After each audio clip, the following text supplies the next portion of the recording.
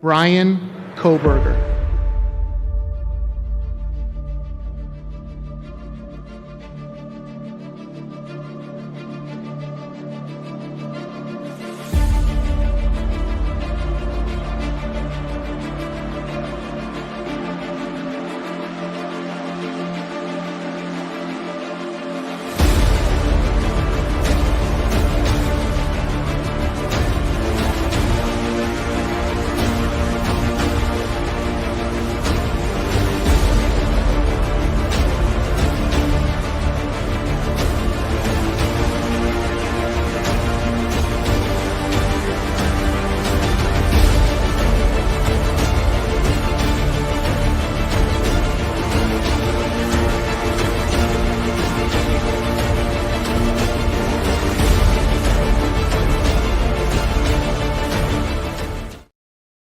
Hi Grizzlies, and welcome back to another episode of Grizzly True Crime. My name is Xana K, and there's some updates today in the Idaho case. As we know, today is the man who was arrested, Bryan C. Kohberger's extradition hearing.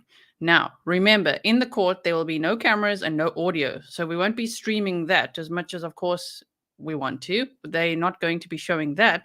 But let me show you this update right over here, where they say Pennysylvania State Police. I hope you can all hear me today. Put a 1 in the chat if you can hear me properly. I just want to check because I've got some new lights and I've updated my computer and everything. So I hope everything is okay. Okay, so they say, for planning purposes only, January 3rd, 2023. Advisory today, Strasbourg State Police to hold news conference on apprehension of suspect in Idaho homicides. Strasbourg, Pennsylvania. Colonel Robert Evanchik, Commissioner of the Pennsylvania State Police, Major Christopher Paris, Area 3 Commander of State Police, and Monroe County District Attorney E. David Christine Jr. will hold a news conference today to discuss the apprehension of Bryan C. Kohberger. Now, I have no idea what they're going to discuss with us. I've never seen that there's like a hearing and then immediately a press conference. So that's very interesting. I've got the stream ready for us, and we've got the Grizzly boost ready to, which is where we boost the audio just so we can hear properly what they're saying, especially if there will be a Q&A time, you know. Kohberger was taken into custody early Friday by members of Troop N and the Special Emergency Response Team at a home in the Chestnut Hill Township in Monroe County in connection to the homicides of 4 University of Idaho students on November 13th. The press conference will be available via live stream at, and that's the link they've given us, which I've got ready for us over here. And they are busy testing everything now. The cameras are on, and I put the sound off for now, but I will be monitoring that. This is happening at 4:30 p.m. Eastern time. So that is 10:30 European time, which is in just less than an hour now. So thank you so much for joining me here today for all these updates. We've got lots to work through as always. Okay, let's quickly go back to where I was here to show you. There's the link. It's also on Twitter. So if you follow me on Twitter at Grizzly Gizzler, then I've tweeted this and you can find it there for yourself as well. And thank you to The Docket, who sent me this document like as it came out. Thank you so much. And by satellite. Okay, so a PA cast video will be available after the event. They say what? State police to hold news conference on apprehension of suspect in Idaho homicide. When? Tuesday, January 3rd, 4:30 p.m. Where? 701 Main Street, room 402, Strasbourg, Pennsylvania, 18360. Media contact is Miles Snyder. And satellite coordinates, they've got everything going on there. So that is what we'll be following. So as I say, this is going to be pinned and ready for us. So I'm going to put it there so that we can monitor it very nicely. Okay. Shelly is welcoming the lurkers. Welcome, lurkers. Welcome all the OGs, original Grizzlies. Welcome to all the new Grizzlies too. Okay, so let's dive into some of these details. Okay, I just want to check something. Okay, we're going to dive into some of these details. And I also want to show you some videos that I put together. So just hold on 1 second. I just quickly want to adjust the lighting. Hold on 1 second. It's so cool. It's with an app now. Damn. Okay, hold on. I think we're good. Okay, so let's quickly look at this. They say Moscow murder suspect Bryan Kohberger could be extradited to Idaho by Tuesday night. Well, the thing is, probably not. I think this lawyer is being very optimistic. And of course, Bryan Kohberger, what's going to happen is he's having his extradition hearing right now. His parents are there, his sister is there, and two sisters. Both parents apparently are there. Steve Goncalves is there as well. I'm not too sure about any other victims' family members, but Steve said he's going to stare him in the face. We're going to look at that clip, and he's going to know that this is not over. This is only the start, of course. So, of course, this lawyer is his lawyer now in Pennsylvania. But this extradition hearing, even though this lawyer, by Bryan Kohberger, indicated that he's going to be waiving his extradition. He wants to be exonerated as soon as possible, like never going to happen, probably innocent till proven guilty. Okay, but the thing is that this extradition hearing is happening right now. And once it's finalized, there will be arrangements made for Bryan Kohberger to be transported back to Idaho. Now, the thing is, it's hardly ever so quick. It's not like he says here by Tuesday night. It's hardly ever so fast, right? Need flood insurance for your chat. Flood insurance. It could actually be sometime by the end of the week or in the next 10 days or so. We're just not too sure yet, but we'll keep an eye on it. And also, no one's going to know exactly when, because they don't want that. They want to transport him safely and as quietly as possible, so it'll be top secret, right? And they're probably going to drive him. I've been asking some people with legal knowledge, will they drive him? Will they fly him? Is this guy going on a chopper? What's happening? Apparently, he'll be driven there.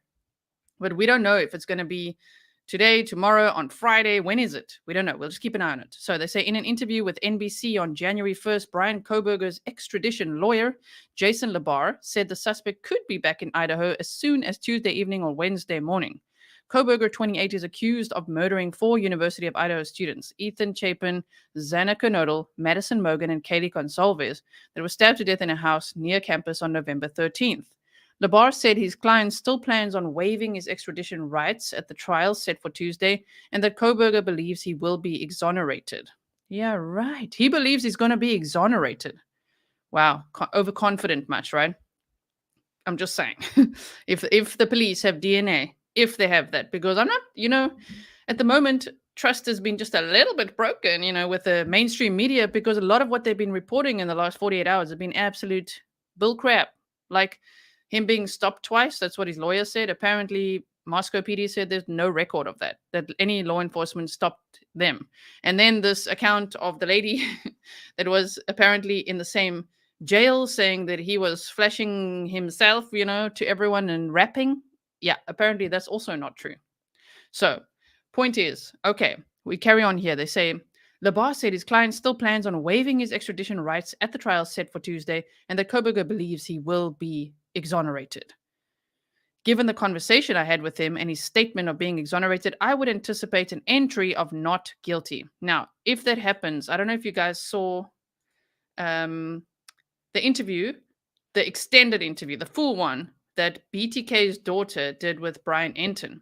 In that interview, she was saying, she said to her dad, please just plead guilty and don't put the family through this. And he did that.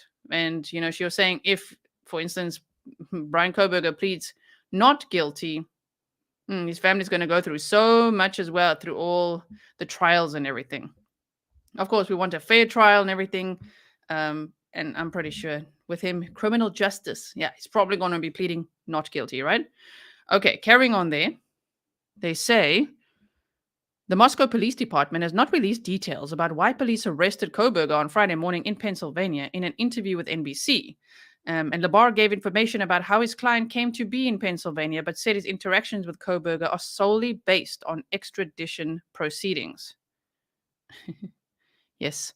According to Labar, Kohberger's dad had flown into Seattle to Spokane and then drove into Pullman to get his son and drive back to Pennsylvania during the holiday. It was a planned trip. And Labar said Kohberger's father told him that nothing was out of the ordinary during the cross-country drive. All right. I just got to thank you all for being here. There's lots of people here, so I'm just going to have to slow it down a little bit more. If you are subscribed for 5 minutes, then you chat with us, and slow mode is now on 120 seconds. If you're a member, then don't worry that slow mode does not apply to you. Okay. So we've got lots to say today. Thank you all. I hope that you've liked the video and shared it so that other Grizzlies can know, whether they're on Facebook, Twitter, Reddit, or wherever they are, that we are here and they can join us here today. Okay, so this is the thing. I saw an interview earlier. I think that was on News Nation because it was Chris Como and a panel. And the one dude on the panel said, well, why are people all saying, they're blaming the parents and saying, how could the dad not have known? But the thing is, this was a planned trip. So that made me also think differently. It's not like, hey, dad, can you come fetch me? And he's like, okay, son, I'll fly out. I'm going to fetch you. No, apparently this was planned already. So that's interesting too. Okay, so they say Labar did not state that the father and son duo. Labar did state that the father and son duo were pulled over twice in Indiana during the trip to Pennsylvania. He also said that he was not sure who had been driving. But Moscow PD on Twitter, from what I've heard from a source there, that's what's being tweeted, right, said they have no record of that happening. I don't know whether they were speeding or not, or if they were even issued a ticket, Labar said. I just know they were pulled over in Indiana almost back to back. I believe once for speeding and once for falling too closely to a car in front of them. Labar is also being careful about the information he elicits from Kohberger because he's not his defense lawyer for the charges that have been brought against him. You see? He's going to have a whole new public defender when he gets to Idaho. So we're going to go over what happens next. So they say Labar did tell NBC that he informed his client of the various stories and allegations circulating online. I'm giving him updates. I spoke to Kohberger this morning for an hour last night for 20 minutes, really updating him on some of the allegations that are coming out, but mainly allegations that have nothing to do with the facts and evidence in the case, but really the cross-country trip, Labar said. Just to clarify those types of facts as to why he ended up in Pennsylvania and whether or not he was in Pullman at the time of the acts, the homicides. Yes. Welcome to all the new members, and thank you everyone for supporting the channel. If you do, sorry if I miss it out. Okay, you guys are saying walking out. We will look at it. We'll look at it. I'll look at it. We've got this live footage right here. I'll put it on. Good catch, guys.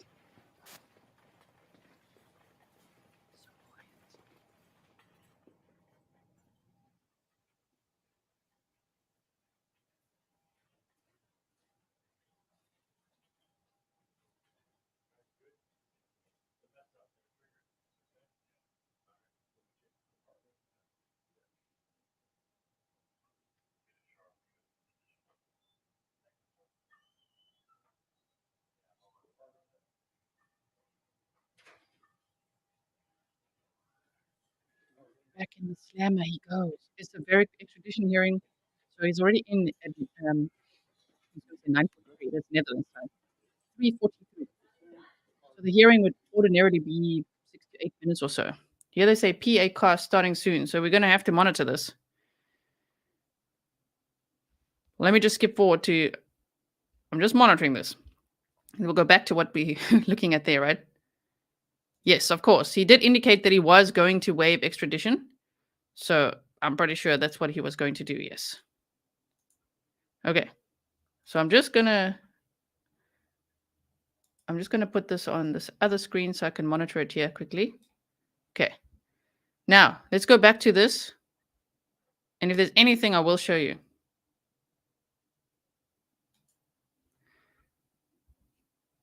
Okay. So he said he's giving him updates, right? NBC asked Labar several questions about Kohberger, such as if he'd been bullying people, if he used heroin, and if he was suicidal. Labar said he could not speak to the bullying, but that in his opinion, Kohberger did not seem to be a heroin user and there were no obvious signs of drug use or thoughts of taking his own life. Again, he is mentally aware.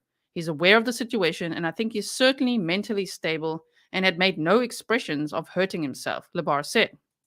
Labar told NBC he cannot make any assumptions about Kohberger's case in Idaho and that all four members of his client's family, the two sisters and his mother and father, will be at the courthouse on Tuesday. That must have been quite something, huh? We'll go back to clips of him leaving the courthouse. Don't you worry, you guys. At least we saw him entering what I think is the jail again, right? Okay, yeah, I'm still monitoring that there. Just quickly look. Yeah. Okay. Back in Idaho, Moscow Police Chief James Fry told NBC in an interview on Saturday morning that they can't share any details about a possible motive, but they will share information with the public when they can. Fry also said it's been a taxing month and a half. I'm certain this is our guy, Fry said. We've got one more phase to go, and then the victory will be won. Whew. It's a powerful statement right there. What do you guys think? And then the victory will be won. Let's go look what Bryan Enton is doing. Okay, here you go. Oh, that's when he's arriving. Stand by. Yes, we're looking at Bryan Enton. We are looking at it.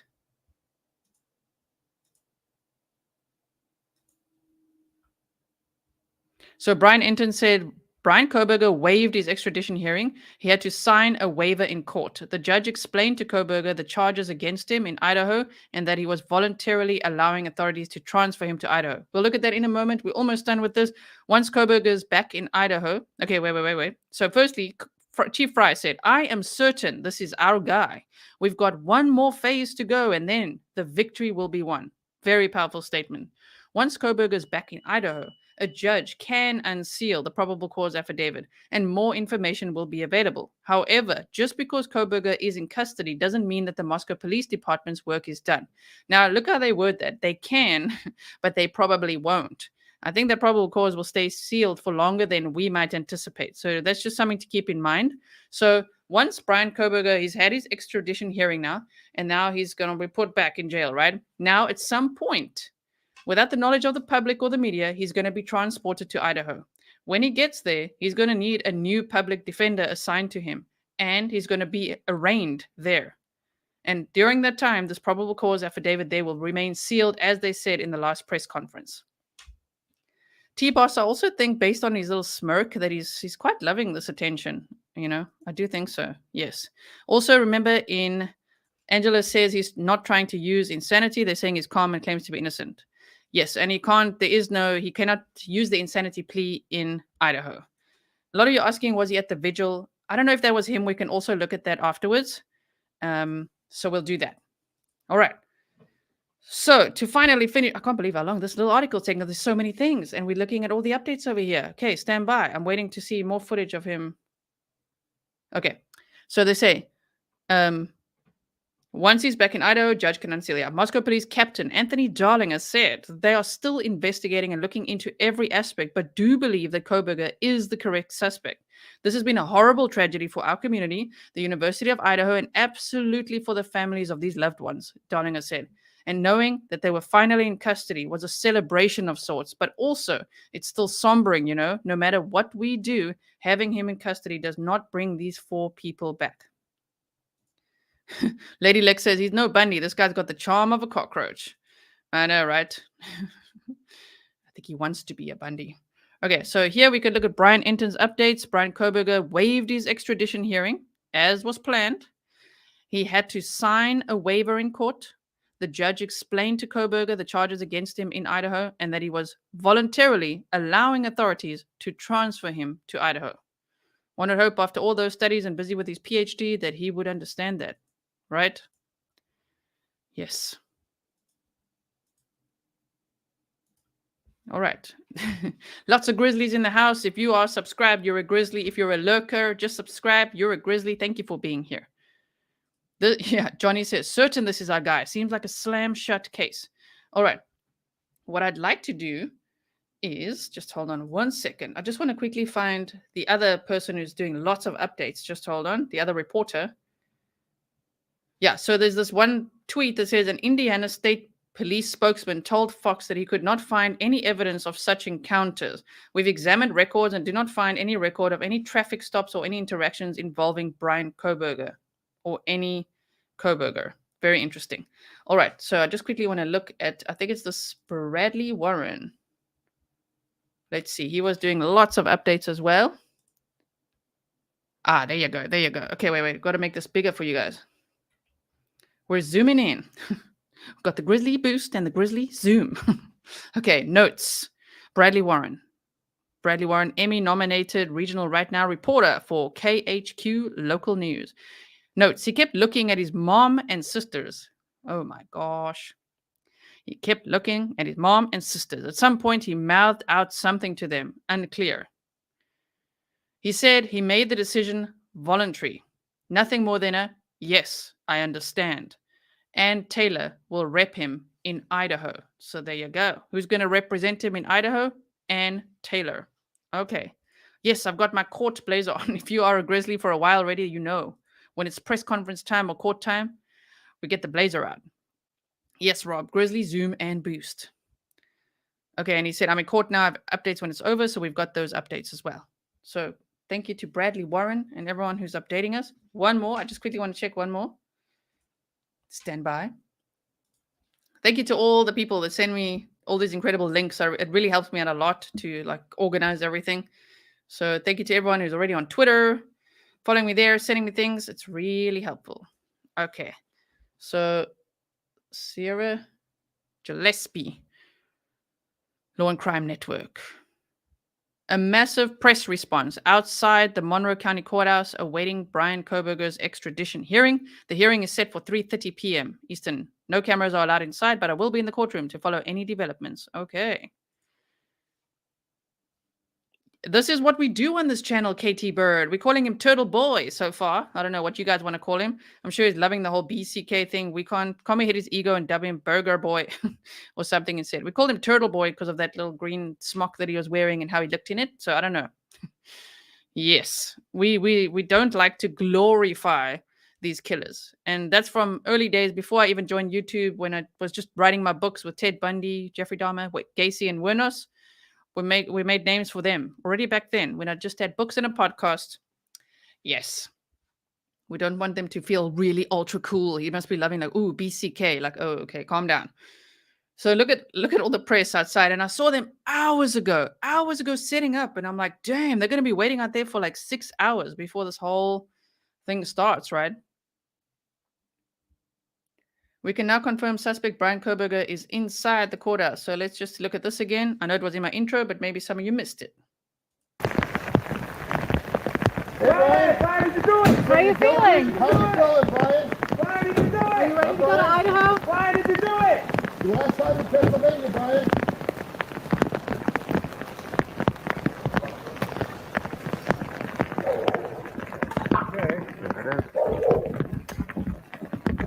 Not bad.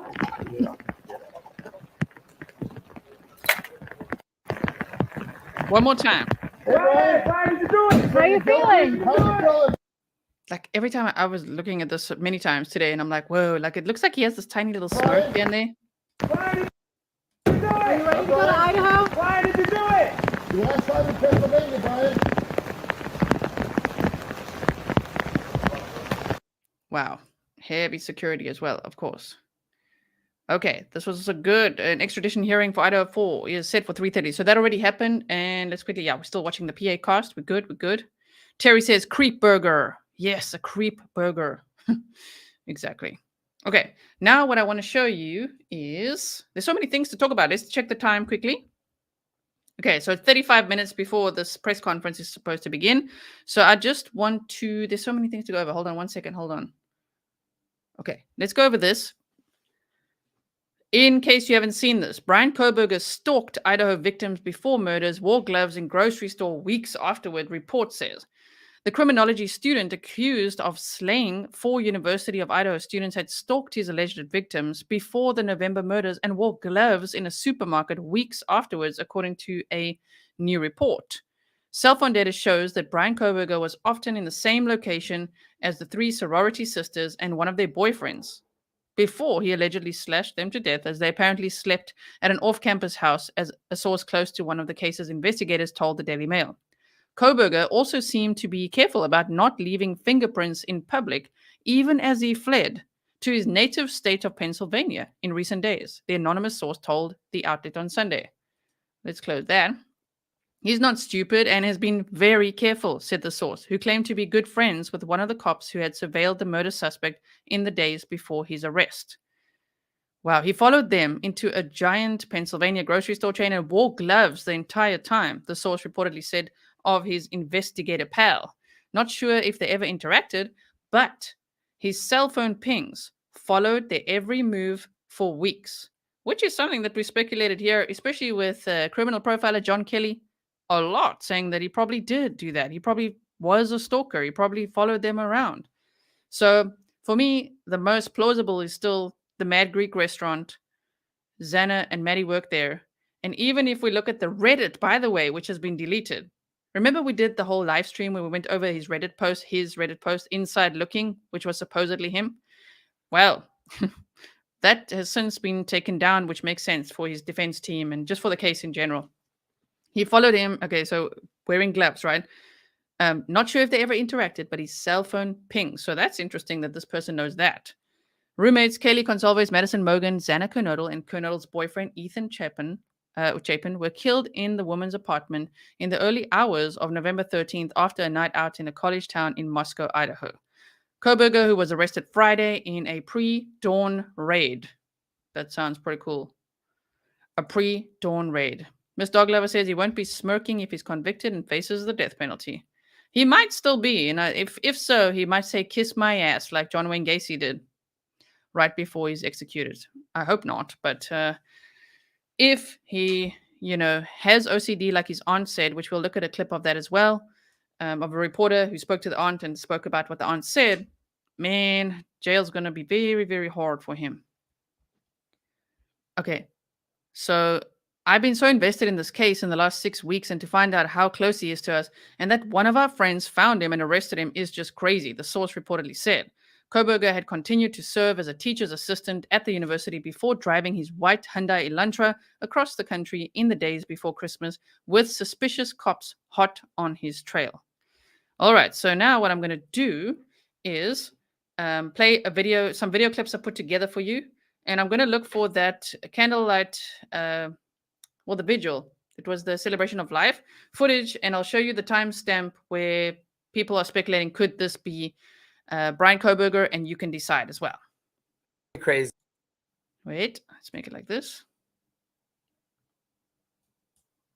Yeah, it was pretty crazy. I mean, I was, just like sleeping here on the couch in my parents' house, and I woke up to all these tweets that were like, oh, they got the guy. And of course, this has been something that everyone in Pullman has been following, everyone in the whole Pullman, Moscow area.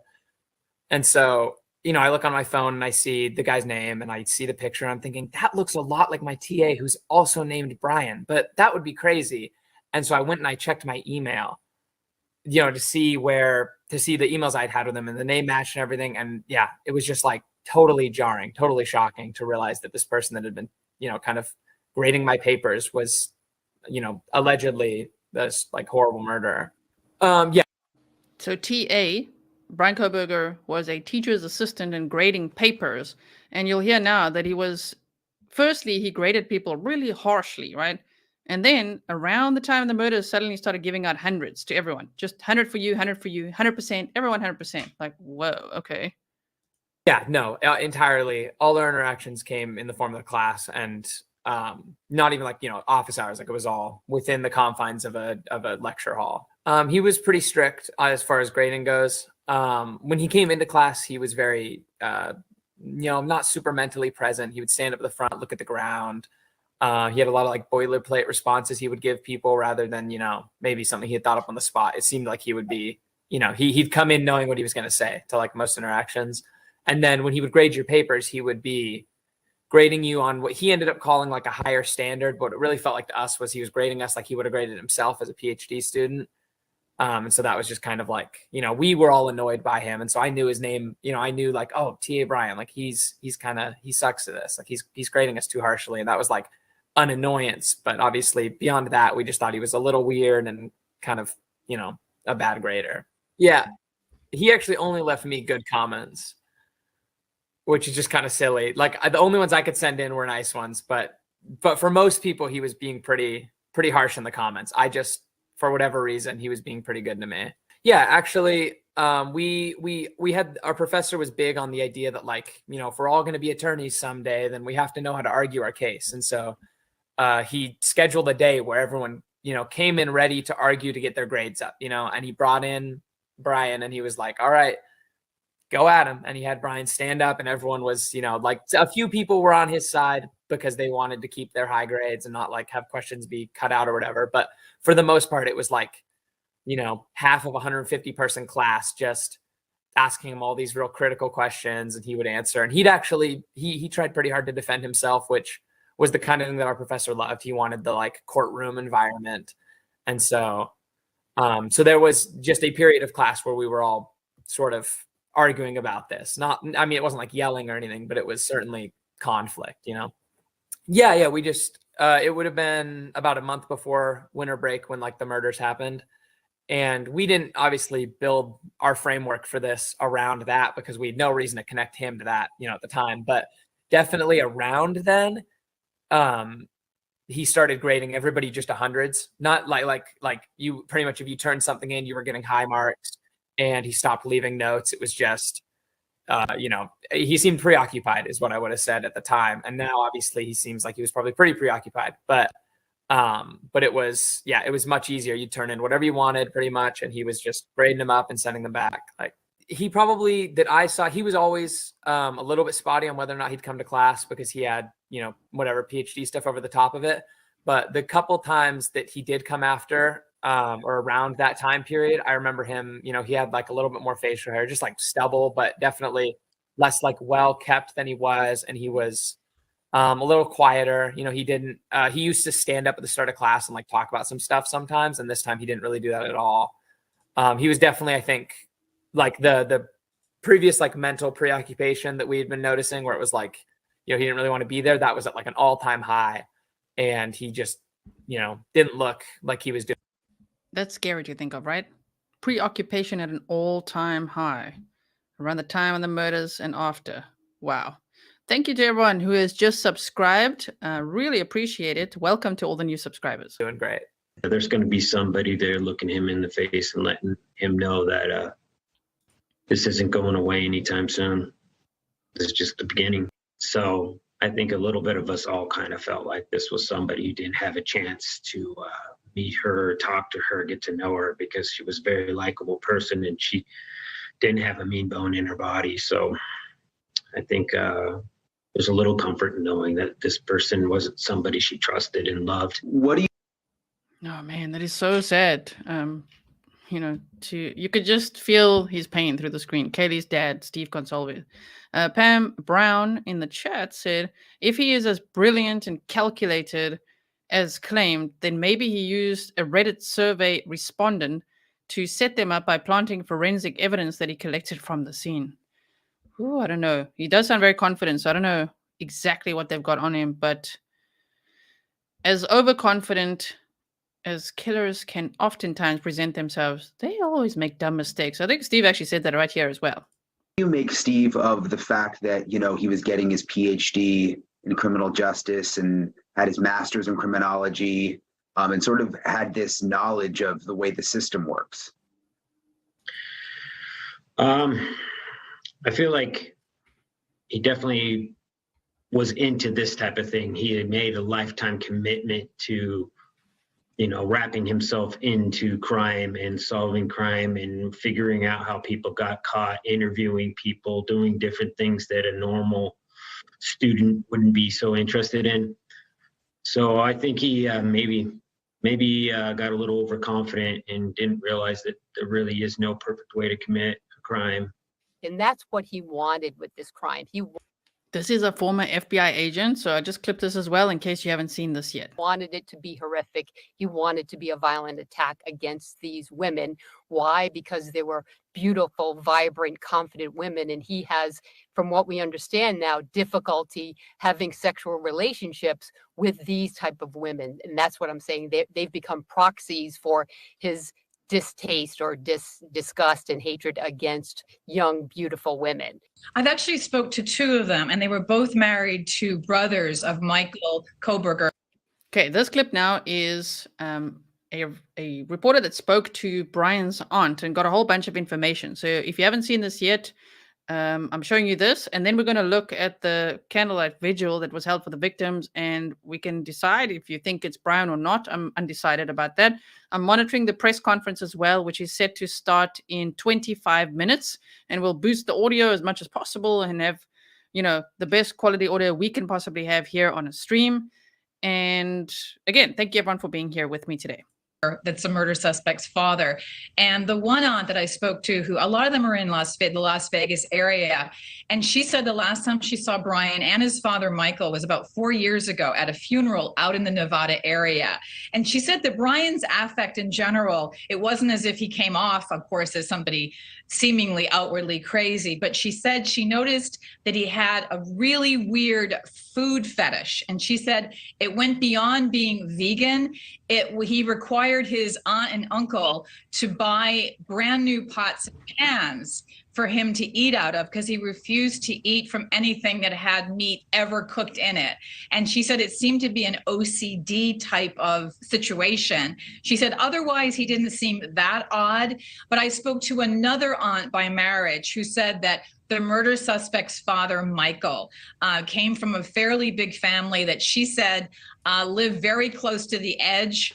They didn't pay a lot of attention to rules. They were a little bit wild. A couple of the uncles of the murder suspect, she said, served time in jail, but for very minor offenses like gambling or things like that. But I got this sense from both these aunts that the family was pretty odd. And the father's family originally comes from Brooklyn. They later all migrated out to Vegas. And Bryan's father, Michael, is the one that was kind of estranged from the rest of his siblings. And I also heard that he could be kind of difficult with his siblings. And I'm talking now again about the murder suspect's father. Not as surprised as you would think. The one aunt, the one that saw him a few years ago and talked about his food fetish, said she just heard about it.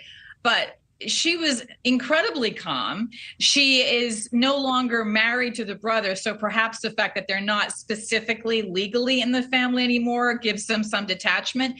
The other aunt, I'm the one that broke the news to her, and she was completely matter of fact and calm about the whole thing. They didn't want their names used, which is understandable, but no, I mean, I think if it were anyone I'd known, even if it wasn't a relative, I'd be shocked to my core. They did not seem to be that way to me. I used to go on. One more. I know we looked at this once before, but in case you missed it, there's just one little clip here from someone else that used to know Bryan Kohberger. Before we look at that, I just want to say I struggle to understand why people get offended when they hear the words of their own either, eating plan, belief systems, or diagnosis. Because if it's like Bryan Kohberger, let's say if he had OCD, that doesn't mean that people with OCD are killers. He is like the 0.0000001% of that. It's got nothing to do with it. But all killers can have a diagnosis. You know what I mean? Like people are so disgusted by killers that they're like, no, there's no way that he could have a diagnosis that I have. You know what I mean? But it's not at all about that. So I just want to make sure, because I'm very passionate about mental health. I used to actually have a channel where I mostly talked about mental health awareness and all that. And on this channel, we don't tolerate bashing about any diagnosis, but I mean, it would be immature to think that a killer can't have a diagnosis, right? And he's not diagnosed OCD. It's just tendencies that his aunt had seen, so that we don't know. But we're not throwing shade. I'm not. So I don't know if anyone in the chat is, but we're not throwing shade at anyone who's vegan, who's suffers from OCD, who, there was at some point speculation that he could be on the autism spectrum. All of that is possible, even though he's a monster. It doesn't make everyone on all of those things anything like him. You know what I mean? Okay, so let's listen to this clip, and then I want to someone sent me a clip as well, and I'm just going to check that out right after this too. Night runs with him because I didn't want to go running at night by myself, so I would text him like, hey, you want to go for a run? We go for 6-7 mile runs at night. So when I saw who it was, I was just in complete shock. I'm still kind of shaking knowing about that. It's just unreal to think somebody could actually do that to somebody. It's absolutely mind-boggling. My adrenaline's still kind of running after finding that information out. So just I feel for the families, and I'm just happy justice can be served now. So yeah, it was okay. Also, I wanted to say, if you've ever read any of the books I've written, especially in true crime, I've written a whole bunch of others elsewhere, but in true crime, my favorite part was the psychology aspect of it to study what, the psychology of these killers. And I wrote about serial killers. So I was never offended if I saw my diagnosis there, anywhere there. I'm like, whoa, okay, it doesn't mean anything. Like, oh no, don't be afraid. I'm just going to trust this right here. What is it? Okay. Thank you for sending me this. Let's see who sent it to me. Thank you, Lisa, for sending me this clip. Let's have a look. Okay. Ooh, yeah, let's pause and look at his face. There's no sound to this. Yeah, he really looks cool, calm, and collected. A little bit anxious and wide-eyed. What do you think? I think his anxiety is pumping right now. Whew.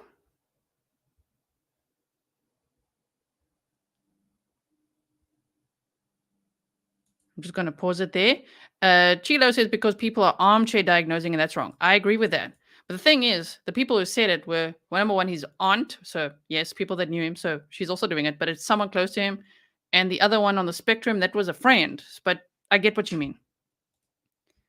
Ooh, Pernille, that's a scary thought. Van Chimp says he looks kind of bored. I don't know, those eyes, man. I just see that anxiety. I'm sure his little heart is racing here. Now watch carefully. Look at his hairline. Look at his face and everything, because we're going to look at the candlelight vigil now to see if you think it's him. Do you see that side profile? Thank you, Lisa, for sending me that. I really appreciate it. Okay, so this is the video that everyone's talking about. University of Idaho candlelight vigil remembers 4 students killed. And at exactly the 7 minutes and 20 mark, somebody that people are saying looks like him walks onto the screen. You'll see him enter from this side here. I hope you can see my cursor. I think he's, they say he's approximately 6 foot tall. So 6 foot or so, but he looks very tall. Margaret, that I don't know the answer to. That's interesting. Okay, so just have a look at this side here. I'm going to play it. And look here at the timer.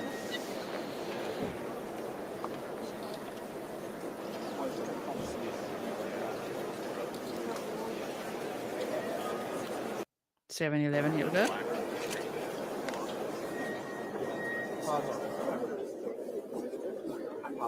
$18. I've done this a few times today now. There. This person here. Do you think? Now you're going to type a 1 in the chat if you think this is him. And you're going to type a 2 in the chat if you think it's not him. I'll first play it at normal speed.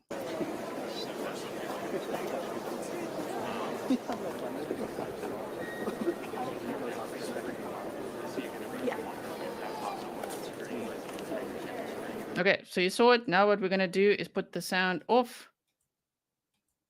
And we're going to go there. We're going to slow it down. And why is this relevant? Because, as always, we speculated these killers oftentimes they will attend these vigils. They will attend press conferences and things like that. So that's why we look at it, because all along people were like, wow, like, was Jeremy there? Was Inan there? Was Jake there? Was Jack 1, 2, or 3 there? Everyone looking at this crowd. But now you tell me. 1 if you think it's him. 2 if you think it's not him. Okay? One more time. Here we go.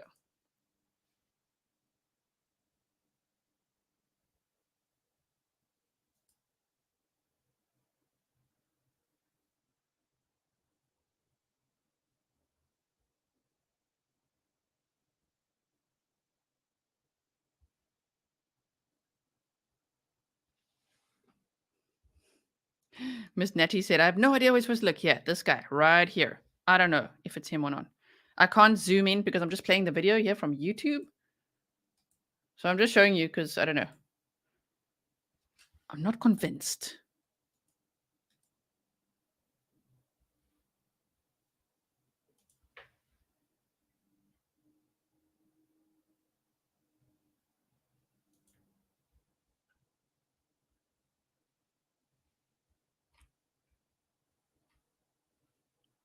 Last time. Here we go.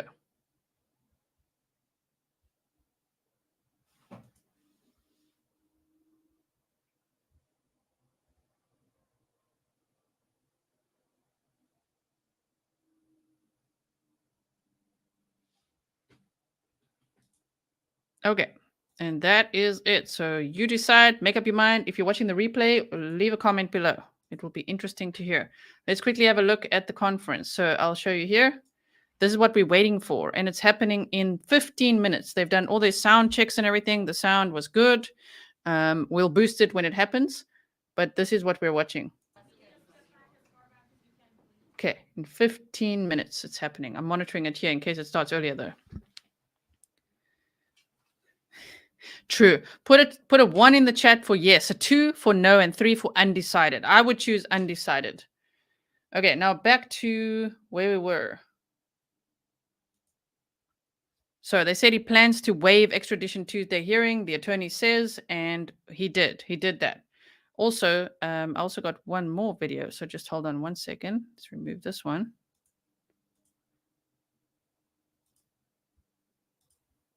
Thank you to Andy for this.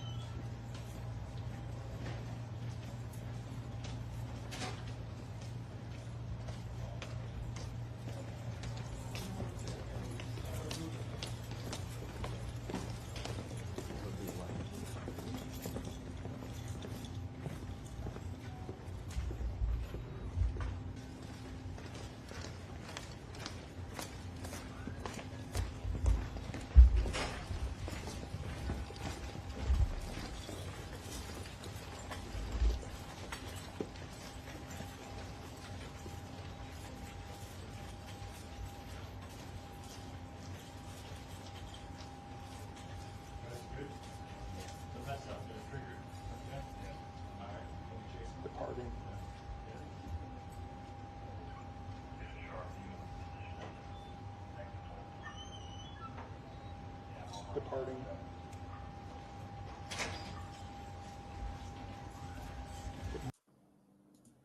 Thank you for that as well. Let's quickly look at this. What Sierra says, Gillespie. Bryan Kohberger's extradition hearing lasted for less than 30 minutes, as one would expect, especially because he said he indicated to waive extradition. The accused murderer waived his extradition, meaning he's required to be escorted back to Idaho in the next 10 days. And we won't know exactly when that is until he's there. And when he gets there, he's going to go to a jail there in Moscow, Idaho, and check in there, or be checked in there. Then he needs a new public defender there, which they've already said, actually the name here earlier. And then there'll be an arraignment there as well. Okay. They say Kohberger was stone-faced when he appeared, nodding only to his family in the front row and avoiding eye contact with the press. Kohberger's family held each other and cried, one even covering her face, as his first-degree murder charge was mentioned. Wow. Kohberger stood for most of the hearing, telling the presiding Monroe County judge that he waived his extradition of his own free will without coercion. All right, so that we've seen as well. Let's look here for Brian Inton. Okay, Kohberger told the judge he's not on any medication that would impact him making the decision. The judge said he has to be sent to Idaho within 10 days. So within 10 days, will it happen on day 1, 2, 3, 4, 5, 6, 7, 8, 9, or 10? We don't know. That they tried to keep top secret, of course. Otherwise, can you imagine the press train following him? Kohberger came into court and made eye contact with his family sitting in the front row. He nodded at them. His mom cried and his sister comforted the mom. A deputy brought her tissues. And Bryan Kohberger waived his extradition hearing. He had to sign a waiver in court. The judge explained to Kohberger the charges against him in Idaho and that he was voluntarily allowing authorities to transfer him to Idaho. Okay, guys, so we have got 11 minutes before the live press conference starts. I have no idea what they're going to say in this, but I'm very interested as well. Yes, I will be streaming it. So that's what we're doing here. We're looking at extradition updates as well as just general updates. There's lots to discuss all the time, especially in this case, my word. What a case it's been. So here's the press conference. As you can see, there's just a little bit of background. It's happening, as I say, in 10 minutes from now. I am monitoring it on my other screen there. As soon as it starts, I'll bring it over and boost the sound for us. I'm just giving you some updates as we go along. Okay, so here they say Idaho murder suspect Bryan Kohberger spotted for the first time since arrest. Idaho murder suspect Bryan Kohberger was spotted Tuesday for the first time since his arrest, stepping out of a prisoner transport van at the courthouse in advance of his highly anticipated extradition hearing. Kohberger, 28, wore a red jail-issued jumpsuit and had his hands shackled in front of him as two law enforcement officials escorted him to the Monroe County Courthouse at about 10:45 a.m. He remained stone-faced as reporters pelted him with questions that included, "Why did you do it? Why did you do it? Are you going to Idaho?" At one point, the accused mass murderer, wearing a haunting expression, looked directly at the scrum of media. Ooh, look at that. Look at that face right there. Damn. Jimmy's like, is he sticking out his tongue? I think he's kind of like licking his lips, or I don't know if he's tasting snow or what he's really doing here. Is it raining? Is it raining or snowing? It looks like rain, right? I don't know what he's doing, but what an expression it is. Just looking at them like, uh-huh. Wow. Thank you so much, Lollipop. You say, thanks for all you do, G. Thank you. And thank you all for being here. Okay, wait. I just want to check what's happening here. For the Pennsylvania State Police. Some little insight for you. Wait. After everything's all said and done, we have Commonwealth Media Services, which is the front camera right here. They're going to package everything up for you. That includes the perf walk and all that good video footage. That will be on their website, pacast.com. That's pacast.com. It'll be available approximately 2 hours after this press conference. Our website, psp.pa.gov. Our social media at PA State Police. Our first Twitter tweet right now on our Twitter account is all your satellite coordinates and your links for live feeds. If something goes down here for your stations back at home. Okay. This is all going to be live. Okay. PAcast.com. That's where we're at, pacast.com. We're waiting for it. Someone in the chat was saying that the Idaho press seat is going to be flown out tonight. We'll keep an eye on that. That will be interesting because that would... it's not normally how it goes, right? Okay, so what I wanted to... Wait. I got to monitor that. 8, 9, 10. 1, 2, 3, 4, 5, 6, 7, 8, 9, 10. Good? Right down's good? Good. Cool, okay. And you can find all our office's contact information if you don't. Sorry, you're like, what is she doing? I'm just watching this to make sure we don't miss anything. Okay. Moving right along, quickly. I wanted to show you this because Idaho is a capital punishment state. And so I wanted to show you what would it take for him to actually get capital punishment, the death penalty. So I found this, right? The legislator.idaho.gov. Again, thank you to the docket. He's got a YouTube channel, The Docket 71, for actually leading me this way to figure this out, because I was like, oh my gosh, okay, what would it take, right? So the following are statutory aggravating circumstances, at least one of which must be found to exist beyond a reasonable doubt before a sentence of death can be imposed. A, the defendant was previously convicted of another murder. B, at the time the murder was committed, the defendant also committed another murder. You can like check, okay, right? The defendant knowingly created a great risk of death to many persons. The murder was committed for remuneration or the promise of remuneration, or the defendant employed another to commit the murder for remuneration or the promise of remuneration. E, the murder was especially heinous, atrocious, or cruel, manifesting exceptional depravity. I think that one sounds about right. F, by the murder or circumstances surrounding its commission, the defendant exhibited utter disregard for human life. G, the murder was committed in the perpetration of or attempt to perpetrate arson, rape, robbery, burglary, kidnapping, or mayhem. He certainly achieved that. And the defendant killed, intended a killing, or acted with reckless indifference to human life. H. The murder was committed in the perpetration of or attempt to perpetrate lewd and lascivious conduct with a minor, essay of a child under 16, ritualized abuse of a child. So none of that is it, right?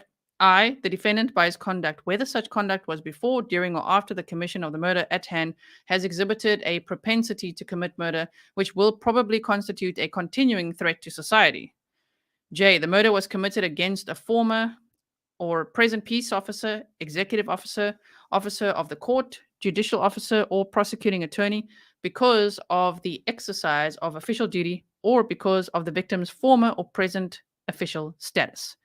And K, the murder was committed against a witness or potential witness in a criminal or civil legal proceeding because of such proceeding. So the press conference is only starting in 4 minutes. So I'll put it on right now. But yeah, it seems like the likelihood, if he's found guilty, of him getting the death sentence is quite high based on what we're reading here.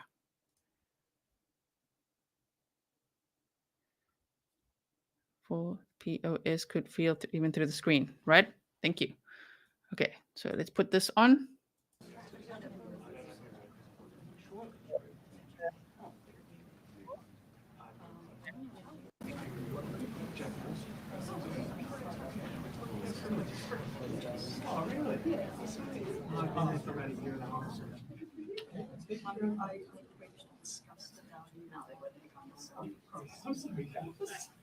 Why doesn't it want to go full screen? There you go. I should have met you a year and a half ago. A different conversation. Oh my God, you guys have it on hold though. I know there's no runners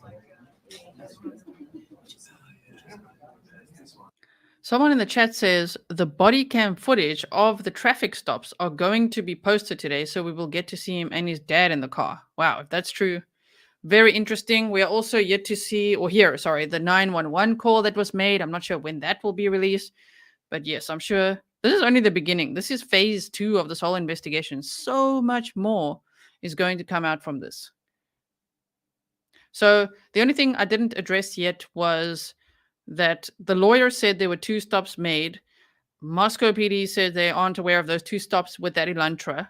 Also, it appears that from a VIN number search and a plate search and everything, that Bryan Kohberger changed the plates of the car when he got back to...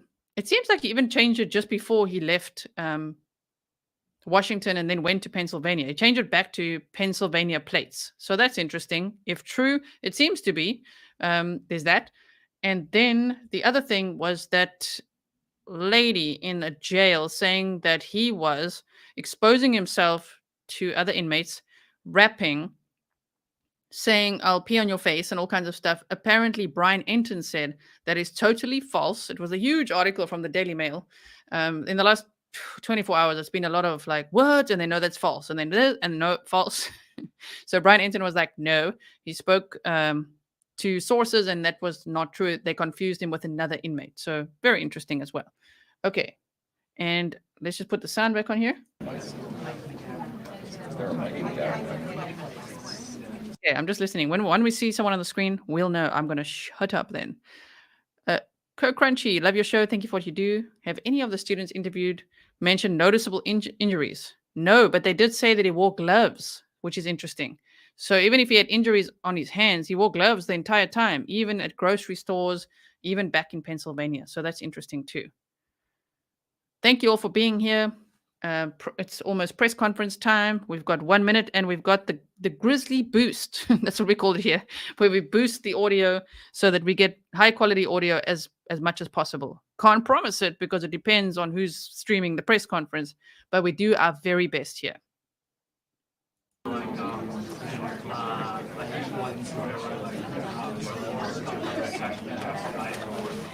Whereas here it's only, and so I ended up like spending half my time rewriting it. And I was just getting frustrated.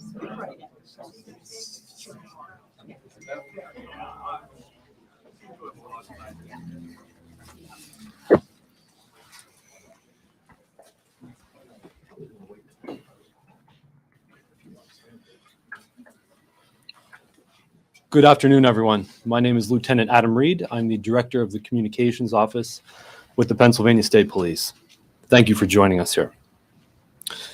The order of speakers is going to be our Pennsylvania State Police Commissioner, Colonel Robert Ivanchik, Major Christopher Paris, he's our Area 3 Commander, and First Assistant District Attorney, Monroe County, Mike Mancuso.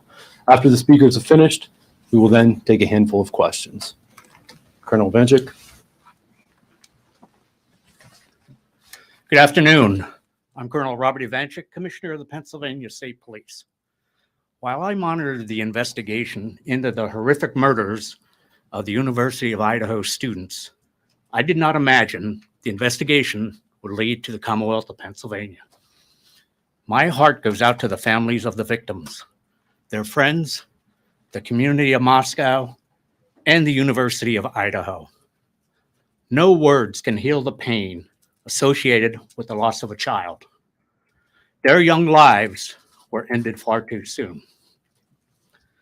In law enforcement, we understand the best thing we can do for victims and their families is to follow every lead, collect every piece of evidence, and bring those responsible to justice. I am proud of the members of the Pennsylvania State Police who were able to help in this investigation. The cooperative relationship between our local, state, and federal partners stands the test of time. The officers, troopers, and federal agents work together tirelessly, putting in long, difficult hours. Communication and cooperation are imperative to success and to ensure the integrity of the case remains maintained. The culmination of that cooperation ultimately led to take the suspect into custody and afforded the families some sense of peace they deserve.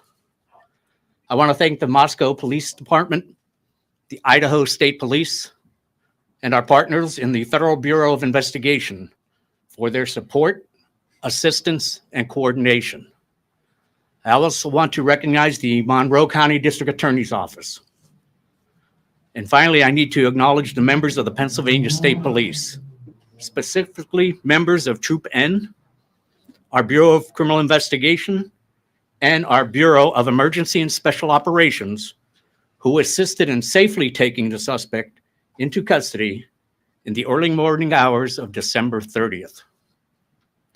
As previously indicated by Chief James Fry of the Moscow Police Department, specific details regarding this investigation cannot be released until the suspect is extradited to Idaho and presented with the probable cause affidavit. At this time, I will turn the microphone over to Major Christopher Paris, Commander of Area 3, who was involved in the coordinated efforts to take the suspect into custody. Thank you, Colonel. Area 3 comprises troops F, P, N, and R, and is made up of 1,000 approximately of the women and men, civilian and enlisted, in the northeastern part of Pennsylvania. I'd like to introduce to my left Captain Norm Kramer, who's the commander of Troop N Hazleton, which is comprised of Carbon, Monroe, Columbia, and parts of Luzerne counties. I would like to reiterate, as the colonel said, that Idaho law prohibits any release of information contained within the affidavits. So we're going to do our best today to talk about what phase we are currently in the investigation. And it has entered a new phase with the waiver for extradition. And the continuing primary goal is the seeking of justice through successful prosecution and conviction, bearing the burden of proof beyond a reasonable doubt. So with that in mind, we're trying to balance essentially two things: the public's desire for information against the need to maintain the integrity of the investigation and protect the suspects, accused at this point's due process. So I'll now attempt to give you an operational picture with the best information I can release at the time. So this begins when the Pennsylvania State Police Bureau of Criminal Investigation troopers were contacted by the FBI about assisting with surveillance of the accused in this case. I'd like to take the opportunity to specifically thank several individuals. Special Agent in Charge Jackie McGuire and Assistant Special Agent in Charge Dave Carter from the Philadelphia Field Division, as well as Supervisory Special Agent Bill Vigorito of the Scranton RA. We're very lucky in PSP to have a collaborative relationship with the Bureau, both in Pennsylvania and beyond, and their people are absolutely excellent. So as the investigation progressed, Troop N Criminal Investigation Section, commanded by Captain Kramer over my left shoulder here, began to collaborate with authorities in Idaho. Specifically, I'd like to acknowledge Lieutenant James Curdo, who was here today, Sergeant Anthony Ferdinand, Corporal John Chulak, who is not present with us, and Troopers Leary and Knoll, who are here with us today. It was through this collaboration and the charges pending in Idaho that those troopers were able to obtain search warrants and a fugitive from justice warrant that was prepared here in Monroe County for the location in Chestnut Hill Township and the fugitive from justice warrant for Mr. Kohberger, respectively. I'd like to acknowledge the Monroe County District Attorney, David Christine, as well as First Assistant Mike Mancuso and their entire office. The support that we received was absolutely excellent. Once those warrants were obtained, the Bureau of Emergency and Special Operations, BESO, coordinates our Special Emergency Response Team, CERT. They were selected to serve those warrants, the 3 search warrants and the fugitive from justice warrant. To define what CERT is, it's a full-time tactical team maintained by PSP to deal with high-risk warrant situations, barricades, and other incidents requiring specialized tactical training or other capabilities. From their perspective, we essentially task them to go out and serve a arrest warrant for someone accused of a quadruple murder. They're activated several hundred times a year throughout the Commonwealth. We don't typically hear of their work in a forum like this because they serve the warrant, the person's taken into custody, and they go about their assignment. They are the ultimate professionals. It's a volunteer team. They're highly trained and highly motivated. Captain Norm Kramer over my left shoulder was assigned as the top comm for the CERT activation, which means he was responsible for coordinating our tactical preparations. So tactical assets were then staged in the county, in Monroe County, into the evening of Thursday, December 29th, last Thursday. And in the early hours of Friday, December 30th, those warrants were executed at the location. Mr. Kohberger was taken into custody without incident. The scene was turned over to the FBI Evidence Response Team for processing. Mr. Kohberger was then turned over to the Monroe County Prison, where he has remained in their custody since. I'd like to thank the Monroe County Sheriff and the Stroud Regional Police Department for their support as well during the extradition process. Arrangements currently are being made to deliver Kohberger back to Idaho, where he can have continued due process and face these charges. So it's with that, I will turn it over to First Assistant Mike Mancuso. Thank you, Major. Good afternoon, everybody. I'm Mike Mancuso with the DA's office, the First Assistant District Attorney. I want to give my condolences to the families of the victims out in Idaho for their loss. It's my sincere hope that this marks a clear step in the right direction of effectuating justice for those folks. My office's role was relatively recent. We weren't advised of the presence of the defendant in our county until only a couple days before the apprehension of the defendant. But when we were told, we came together and worked very closely with Captain Kramer, who did an excellent job in almost like a clockwork operation. Part of my duties were to ensure that 3 separate search warrants were issued. Those affidavits attached to those search warrants are still under seal, so I can't discuss their contents with you. But one was for the person of Mr. Kohberger, collecting DNA and photographs, that sort of thing.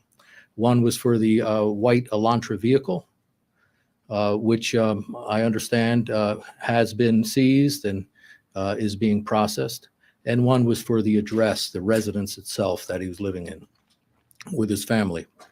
I was at the scene, and I have to say that Major Paris and Captain Norm Kramer did an outstanding job in coordinating the efforts, not only of the numerous Pennsylvania State police troopers there, but officers from other jurisdictions and disciplines within those jurisdictions to make this a very smooth, highly competent professional operation.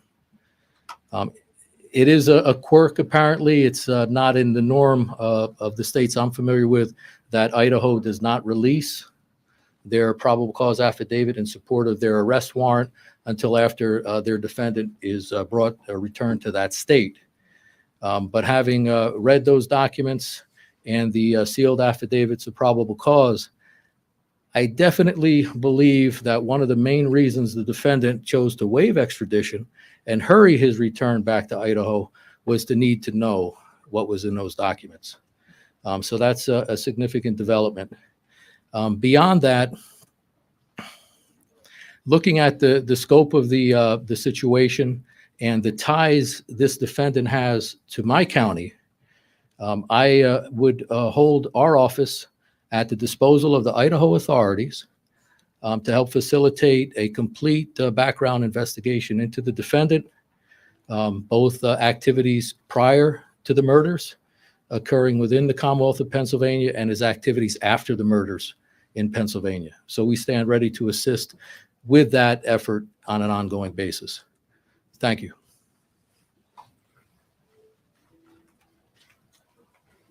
We can now open it up for questions. Can you tell us what state police specifically did, or can you give us any indication as to the operations of state police when you were notified? You talk about putting tactical in the area. How long were they there? And what's the? We're not in a position to give you an exact time. It was at some point prior to when the surveillance was taken, as the investigation progressed to a point where search warrants could be obtained, and the probable cause for those search warrants and an arrest warrant, a fugitive from justice warrant based on the arrest warrant out in Idaho were obtained. We began to take the tactical steps to plan to serve them. Were you collecting evidence prior to his arrest? At this point, like we said, it's very much pertinent to what's in the affidavits, which we cannot speak about. What's it about his demeanor when the arrest actually happened? Present sense impression, as likewise ongoing investigation, can't discuss it. How, Robin 69 News, how is Kohberger being transported back to Idaho? Those arrangements are being discussed right now, as well as the logistics. The court order says, those of you who heard it today, it's within the next 10 days. So we're currently working on that in coordination with authorities out in Idaho. Sir, Was the defendant's mother in the courtroom? I can't comment. I don't know. Is he being held in the Monroe County Jail until he's extradited, or is he removed to another? No, he is lodged in the, since he was dropped off there Friday morning, he's resided in Monroe County Prison. Still, until he's Correct, yes. extradited, he'll be there. Are the marshals moving him, or which group? At this point, that's still being coordinated between the state police and the authorities out there. We don't know. Will the affidavit be unsealed when he arrives in Idaho? I don't want to speak out of my lane. When I watched the press conference on Friday at 1 p.m. Pacific time, I was alerted to the fact that according to Idaho state law, that the affidavits have to be served to him once he's extradited back before they could be unsealed. Did he say has anyone else been arrested? Ongoing investigation. Has the motive been determined?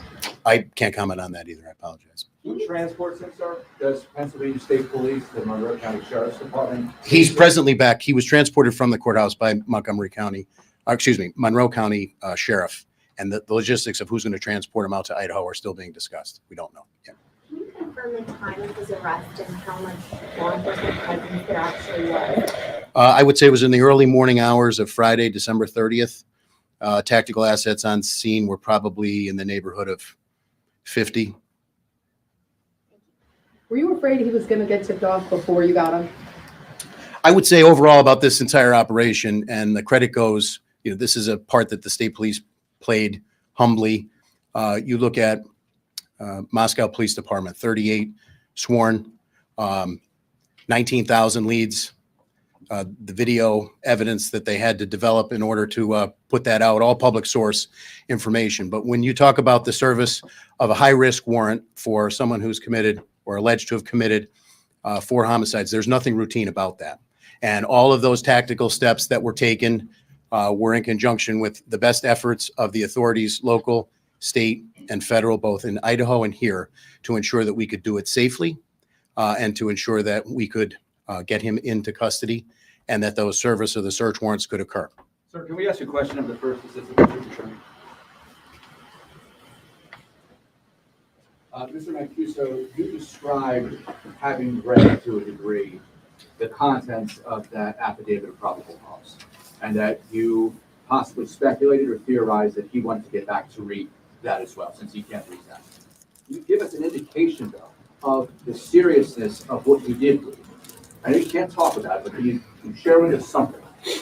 Yeah, I can't get into the details, sir, but I can say it involved the defendant's connection to a scene of a crime consisting of 4 murdered people. So that's the significance of it. Can you confirm that there is a connection between Bryan Kohberger and any of the victims?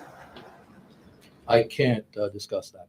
How confident are you that he is guilty of these crimes? That wouldn't be my place to say. Certainly confident enough that there was ample probable cause for the issuance of the various warrants in the case. What was your reaction when you heard this? You've all talked about you followed this. This happened states away. When you get that call, or you all get the call that this person could be right here in your home area, what's your reaction? Well, I was surprised, really, Monroe County of all places. It hits close to home. It's a normal human reaction, I would think, under the circumstances. Do you know when he and his father left Idaho or Washington and drove to Pennsylvania, what that date was? No, I don't know the exact date, man. Approximately, we understand the middle of December, is that correct? I think that's approximate. And what about, we heard reports that they were stopped not once but twice on the highway. Can you elaborate? I'll defer to his Pennsylvania public defender on that. Do you have reason to believe that Kohberger is connected to other crimes and unsolved mysteries in the area? I wouldn't answer that question at this time. We start looking at some that may be unsolved where he was around. That would be a normal thing to do. Question for the BSP here. Said he was taken without incident. Was it safe to say that, I shouldn't say it's safe to say, but did it seem like he was expecting?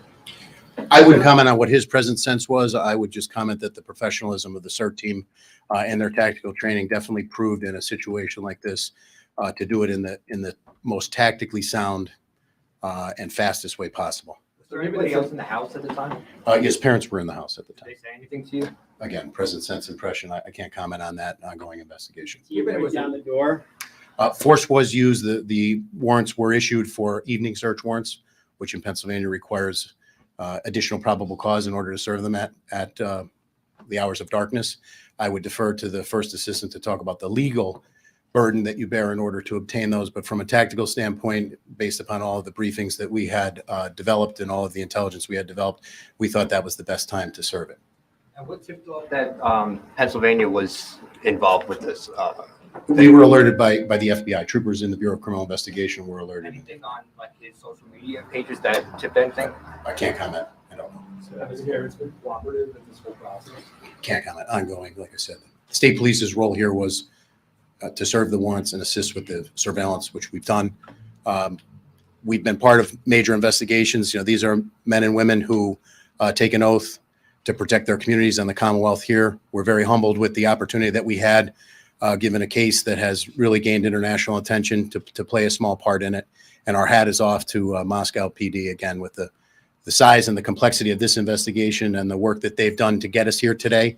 And this is only the beginning of the next step. If it's determined that anyone here in Pennsylvania either helped to conceal or dispose of any evidence, then you would be a part of this case, or would it go to... I would say that we would pledge whatever support we can for ongoing investigations with the Idaho authorities here in Pennsylvania. Absolutely. We would help them in any way we could. Were there any weapons found in the home? I don't want to get into what was actually seized in the house pursuant to the evidentiary nature of it. Can you give any insight into why you all decided to go in overnight to make the arrest? Those are tactical decisions in terms of base surveillance. I don't want to give out too many tactical factors that go into that situation, but obviously surveillance was conducted and we wanted to go in at a time when we thought it would be the safest for everybody, safest for anybody else in the house, safest for Mr. Kohberger, and safest for our people. There was an interesting question asked earlier about the care that needed to be taken to not tip the suspect off. Could you describe how long that lid had to be on things and how many people were involved in it? Like how many people knew and for how long? So I would say, I would answer the question this way. I don't want to get into a timeline in terms of when we were notified by the FBI and when the surveillance began. Obviously, we know on Thursday night into Friday morning is when the warrants were served. I would say, as a credit to the professionals, both standing behind me and others not here, many others not here, the information was held very close. And we did not want to have any situation where Mr. Kohberger potentially would be tipped off. So as a result of that, I would say a close number of approximately 7 to 8 individuals, maybe 10 on the most within the PSP side of this operation knew about it. And for days, can we say? Or? I would say for a period of time. I would not feel comfortable commenting any more than that for a period of time. And then as the tactical assets were brought in, people were briefed. When the movement plan is finally decided, will there be an announcement? Will Not from the state police. So we would defer to Moscow and the authorities in Idaho. when he starts leaving Pennsylvania? Well, we have security concerns now, obviously, to move any prisoner. Anytime you move somebody from a secure prison to another place, we don't want to, there won't be an announcement from the state police in terms of those logistics, but they're being worked on right now. Can you give us your best guess when you think he might be moved roughly? Tomorrow? We would like to do it as soon as possible, but the court order says 10 days. We have 10 days to coordinate it. Can you possibly be on a plane tonight? Is it possible he could be on a plane tonight? That's a possibility, right? I would think that's probably not likely. Private plane, or would you fly commercially? We're looking into that right now. Can you confirm or deny that a window was broken in order to gain access into the home? There were multiple windows that were broken, I believe, to gain access, as well as multiple doors. I think the video of the house after the fact confirms that. And that would all be part of the tactical plan based on the floor plan of the house, et cetera, and what the CERT operators would do to serve those warrants. Was this suspect on your radar before, and are you looking at any connections? I wouldn't comment on that based on the ongoing nature. But how about did he have a criminal past? According to the UJS, I didn't see anything.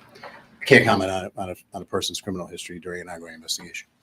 Sorry, Mr. Mancuso said that you stand ready to assist in giving the complete background of the defendant.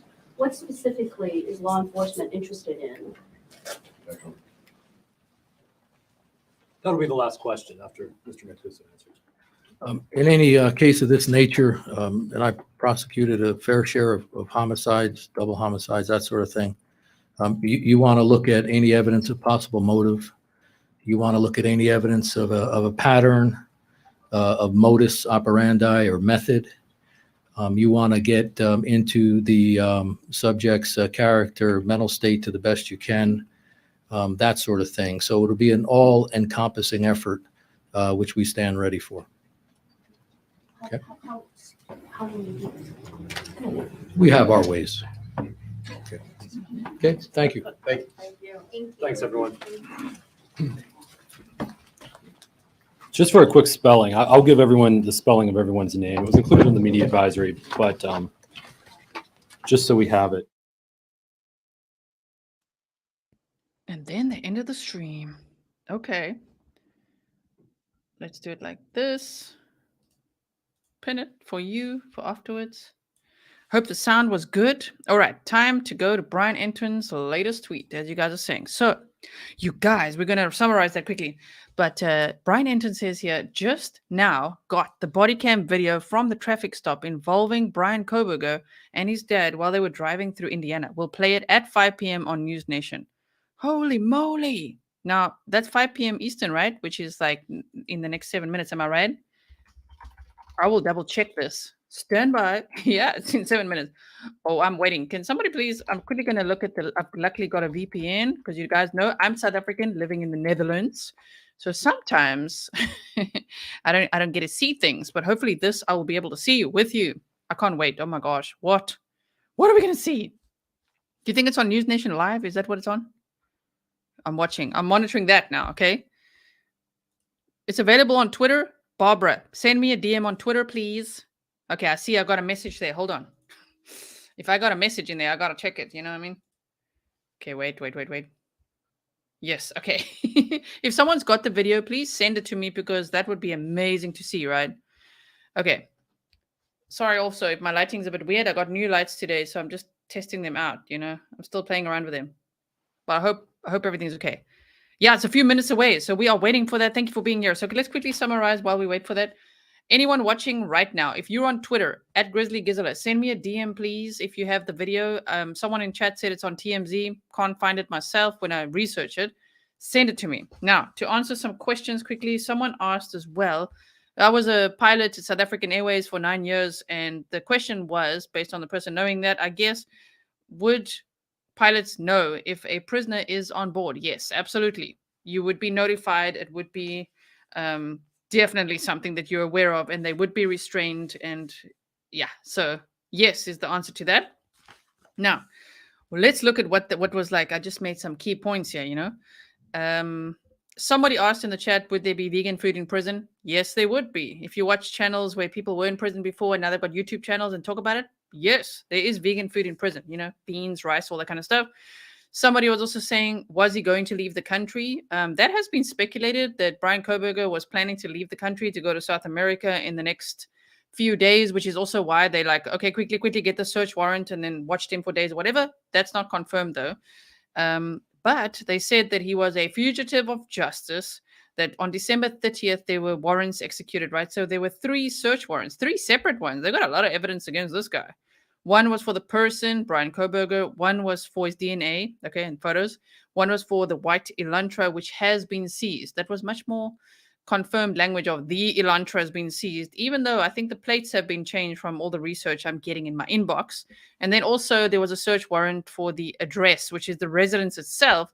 And they said that they, kicked down doors, broke windows, all kinds of stuff to get to him. So yes. Now, you guys say TMZ just put the video out. Send it to me in my inbox. If you send it to grizzlytruecrime@gmail.com, I'll show it to you right now. Don't tell me here. I'm monitoring my inbox. Let's go to it. Let's go to it. Because it says TMZ, cops just pulled over, but I can't see the video. That's from yesterday. You know what I mean? Okay, wait. Ooh, what we've got? We've got something here. Yes. Okay, thank you. Here we go. Oh my gosh. Are we going to see it now? This is going to be incredible. Is it? I'm like, what is this? What do we have? Play it. Oh, my word. Look at him here. Here's him with his dad. Damn, play the video.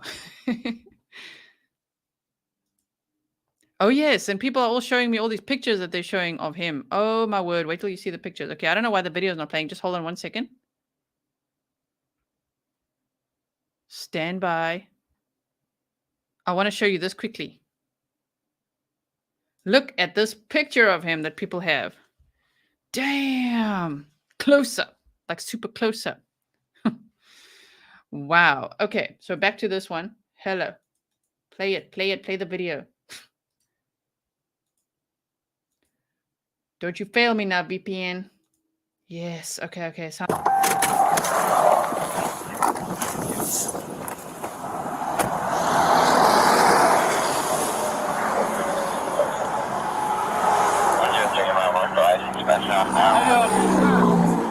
State police got your license and registration. I stopped you when you were driving by me there. You're a little too close to the back of that semi. About one car in the back of this trailer. About one car going 10 miles an hour. So I'm going 60 or 70 miles an hour. About 6 or 7 cars.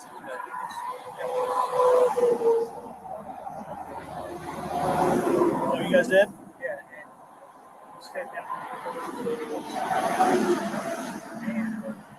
So.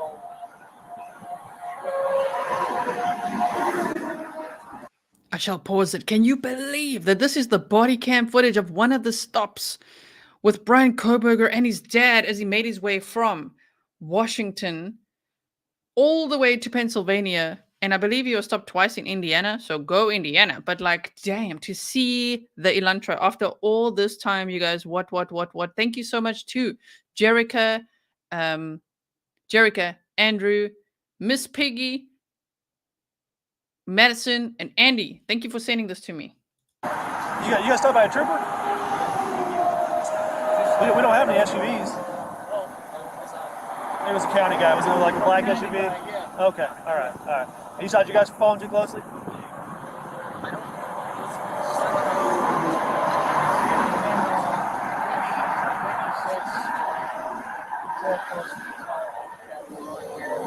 Okay. Say? Well, I'm not going to give you guys another ticket or warning if you just got stopped. Just make sure you give yourself plenty of room.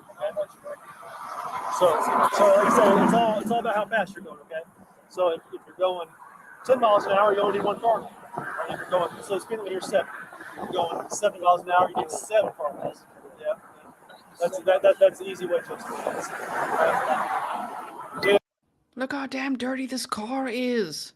The dad's mumbling there's something about, you know what happened there at WSU and whatever, and we're coming from there, and I'm taking my son. What? Look at this car. We're seeing the Elantra. This guy with his mama's white Elantra going to commit this quadruple homicide. Honestly, a white Elantra in the middle of the night. What the hell, bro? We don't want to make killers better. I'm just saying, like, damn, this car would be spotted easily.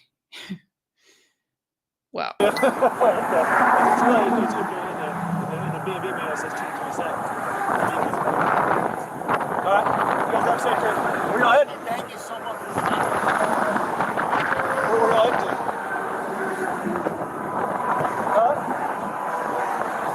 Show us their face. Where at? Yeah, it's a long haul. You guys scared of airplanes?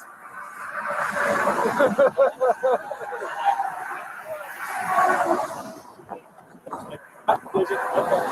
All right, well, hey, peace out, safe trip. Thanks. See you.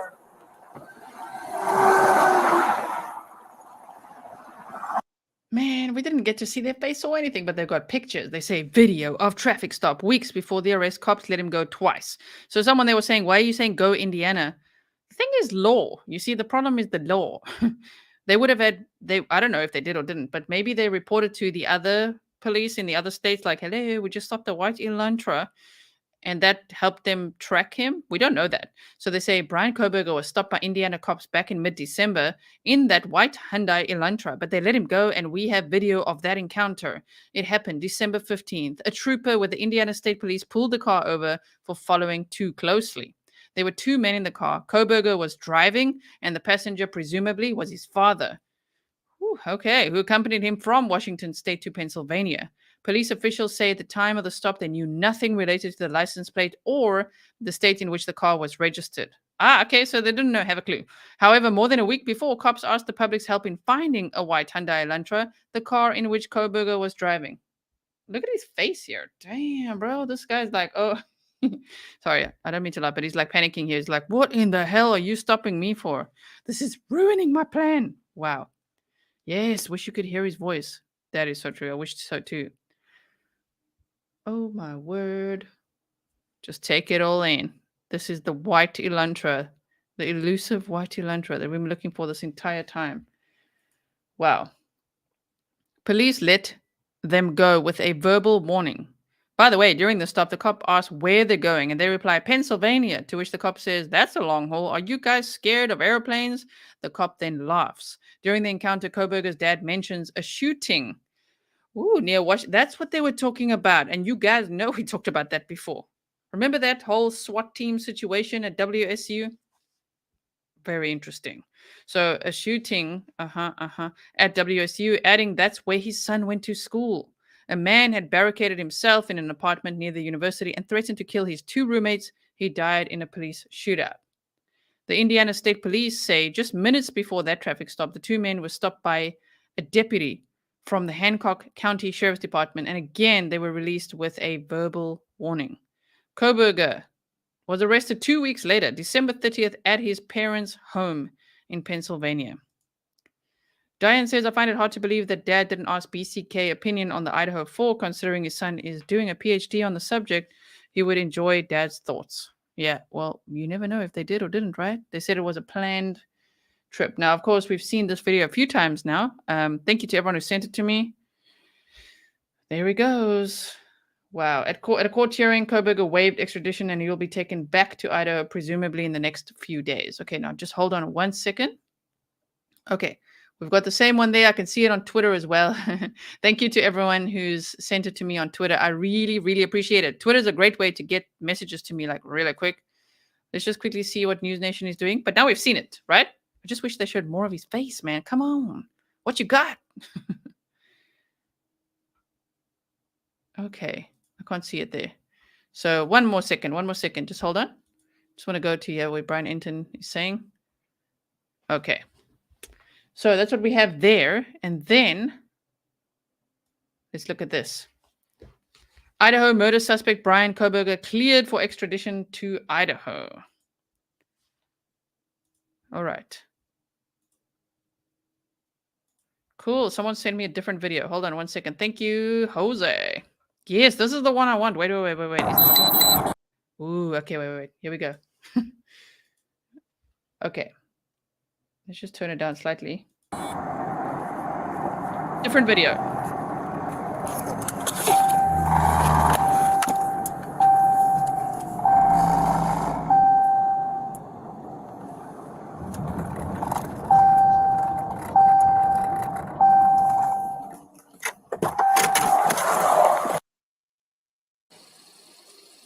Going forward, I just want to see this part we didn't see. Look at it. CF. Can't see it. So dirty. Oh my gosh. There's the whitey Elantra. No gloves. True. Good point. Thank you for sending that to me.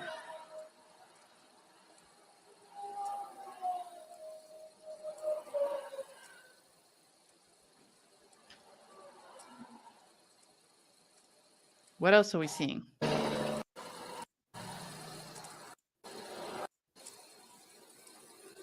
And then they let them go.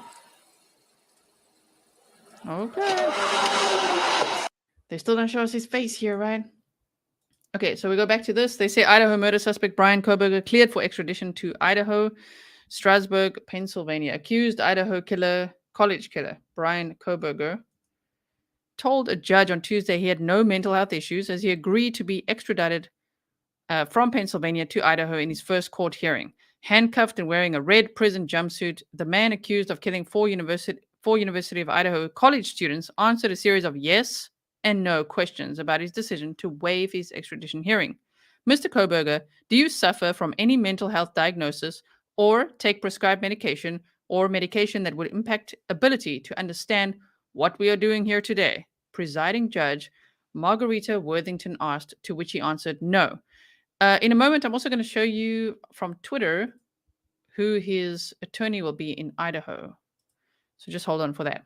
They said, do you wish to waive your rights and voluntarily return to the state of Idaho to face prosecution? The judge asked. Yes, the 28-year-old suspect responded. The short hearing that lasted around 10 minutes set in motion his extradition to Idaho, where he will be formally charged. The alleged murderer was led into the court at 3:24 p.m. Like, damn, here he's looking really calm. Okay, with his hands cuffed and attached to a prisoner belt. Kohberger scanned the courtroom while walking in as people in the gallery fell silent. His family, mom, dad, and two sisters had already been brought into court by Monroe County Chief Public Defender Jason Labar at 2:55 p.m. A few seconds after he sat down, Kohberger turned back around at his family and gave his dad, Michael, a wry smile and a nod. His dad then hugged the two daughters to his right and reached out to give his wife, Marion, a reassuring touch on the shoulder. Here he goes as well. Right before the judge banged her gavel at 3:30 p.m., his sister Melissa sobbed silently and was given a box of tissues by a sheriff. Kohberger was arrested early Friday at his parents' home in Albrightsville, Pennsylvania, after driving cross-country from his home in Pullman, Washington with his father. Just keep in mind that when people are saying, oh, my word, his two of his uncles, well, they've also got criminal records. Remember that the clips we watched earlier, it's for stuff like gambling. It's petty things, you know. It's not like what the charges that he's facing, you know. Okay.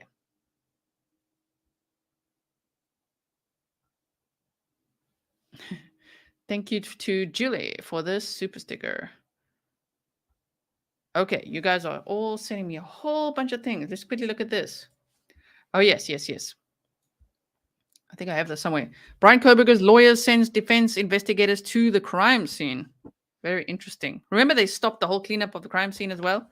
By the way, let me just quickly, before I read this, tell you the little updates that I wrote here. So they served 3 separate search warrants. One was for Kohberger, one was for the White Elantra, and one was for his parents' home. And they said Idaho does not release the probable cause affidavit until the defendant is in Idaho. He needs to be transported there within within 10 days. So they don't know exactly when that will be. Usually they would drive them there, but they might actually fly him there. They would, of course, tell the pilots that he's on board. They said the time that they monitored him, the tactical team, they're not divulging that. The arrangements and logistics to transport him to Idaho, it's busy happening right now. He's currently at the Monroe County Jail until he's extradited. And he's likely to be extradited. They didn't say this there, but just from sources that I have, by the U.S. Marshals, even though they didn't answer that directly, right? They asked, when will that probable cause affidavit in Idaho be unsealed? He said, unsure, motive, they don't know. And there were 50 tactical team members on the scene. And they were also at the parents' house in the middle of the night. And they said that force was used and search warrants. They need additional probable cause to have this nighttime type of search warrant. Dawn says in the TMZ video, is that a wound on his right arm? It looks like blood from a deep scratch. Damn, Dawn, we got to look at it again. Oh, my word. Okay, so I'm just, as during press conferences, always scribble down things. If you watch Unsolved No More, Detective Ken Mains, he does say that press conferences really are a time to pat each other on the back. The cops, right? It is what they do. It's part of what they do. So everyone's always like, why don't they give us more information? Legally, they can't. And it is a time to kind of thank each other and do all the formalities, right? His right hand in the pic from the car video. Okay, we're going to look at it. We're going to look at it. They said there were tactical decisions made based on surveillance. It was safest for everyone in the house and, of course, Kohberger and all people involved to go in the middle of the night around, 3 a.m. or so. And what else? They said it's not likely that he will be flown out tonight, but that made them nervous. That question made them nervous. And someone was saying in the chat, what if they held this press conference? Because it was a little bit unusual. What if they held this press conference to distract everyone while they're flying him out? It's possible. It's possible. You never know. We'll look at the TMZ video again. They say, Bryan Kohberger's lawyer sends defense investigators to the crime scene. I'll show you that lady as well in a moment. Moscow, Idaho. Investigators hired by Bryan Kohberger's defense team arrived Tuesday at the home where he's accused of fatally stabbing 4 University of Idaho students, Fox News Digital has learned. 3 men and 2 women arrived at the King Road house at about noon Eastern time and spent 45 minutes taking video inside and outside the property. Of course, the defense team has to do that. Kaylee Goncalves, Ethan Chapin, Xana Kernodle, and Madison Mogen were knifed to death in the early morning hours of November 13th on the 2nd and 3rd floors of the home. It never ever gets easier reading that. It's really, really terrible what he did. 4 of the investigators left after touring the home Tuesday while a crime scene reconstruction analyst remained. Here's the picture of him. An Idaho State Police trooper accompanied the group. The Idaho lawyer who is representing the accused mass murderer hasn't been publicly identified.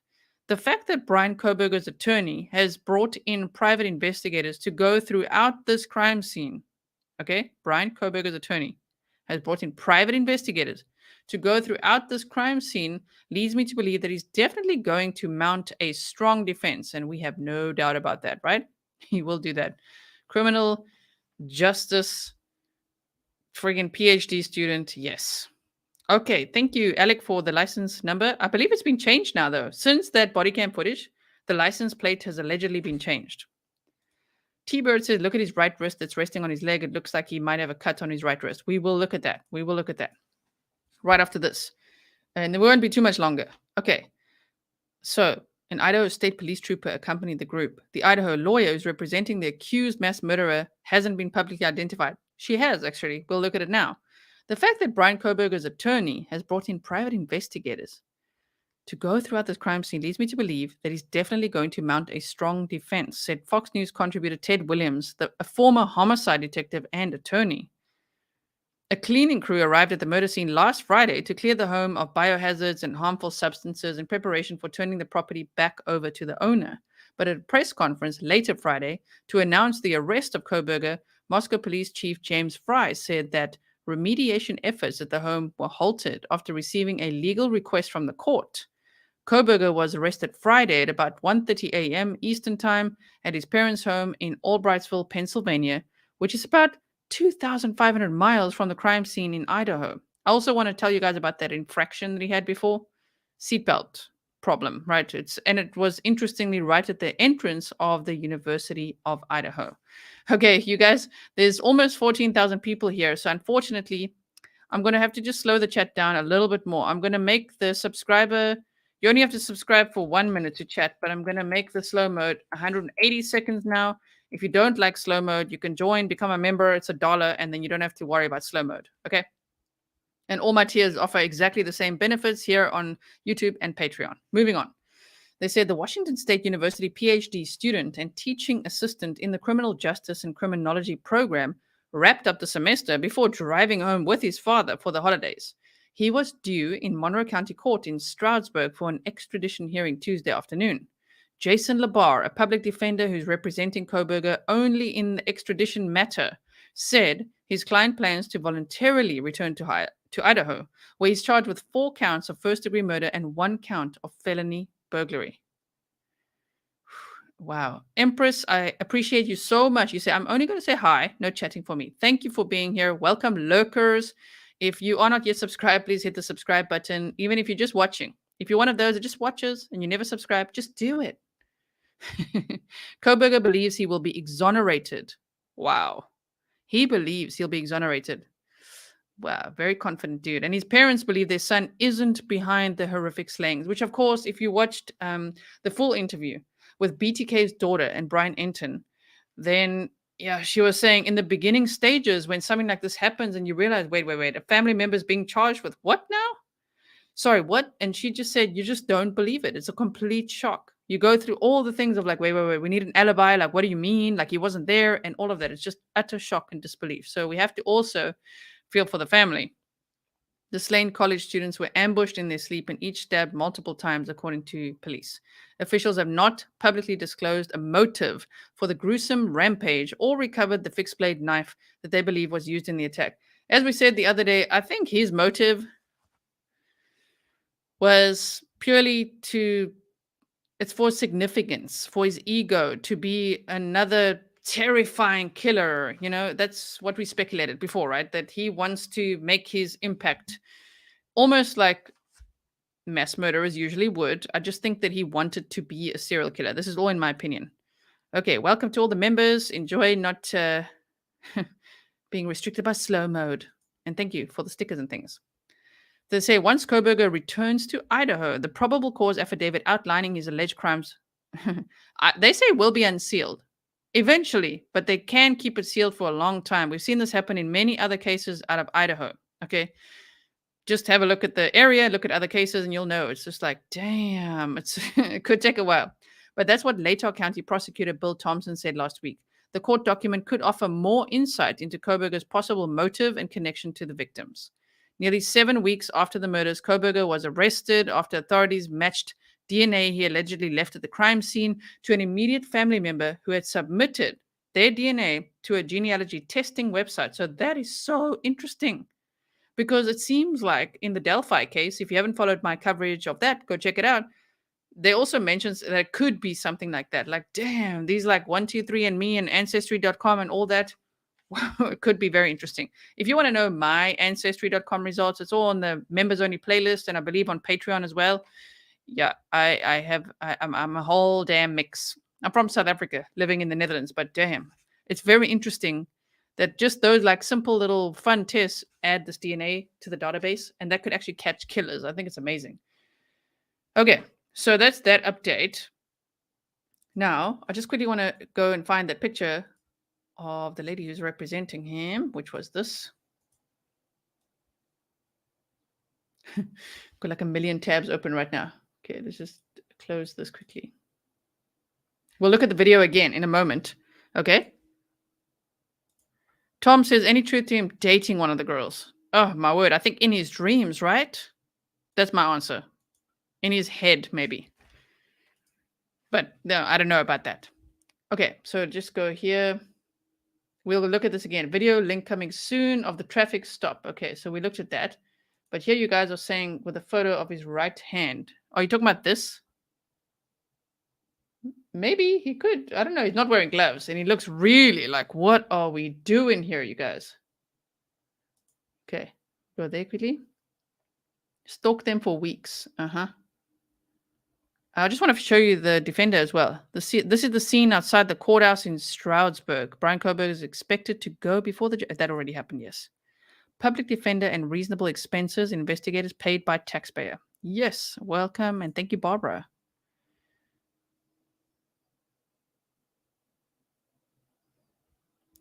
Thank you so much. So here it says it hits close to home. I just want to find that one.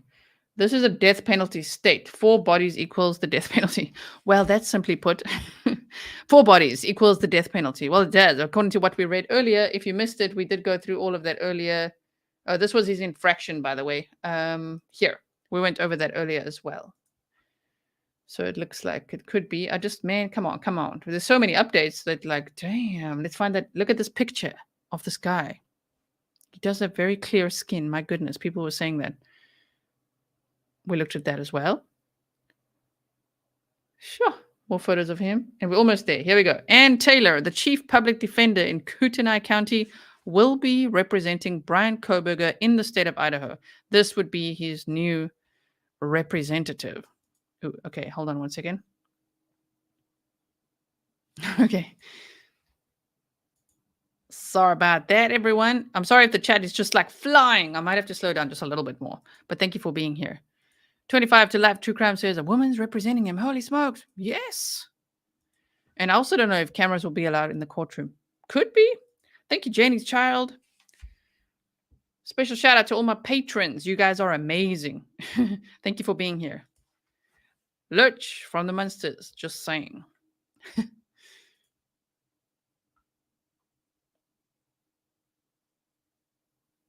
Okay. Oh man, you guys are saying, I'm just reading your comments. Okay, so we've looked at that. Let's just quickly go back up to these pictures here. Sure.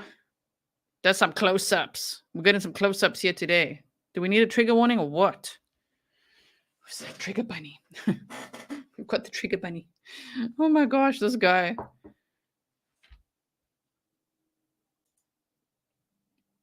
See, to me, that looks like a little bit of anxiety. Tom says there is a Band-Aid on the middle right knuckle. We'll look again. We'll look again. Thank you.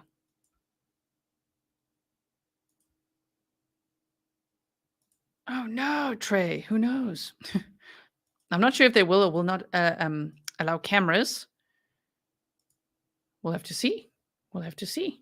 Let me ask a source quickly. Will they allow cameras?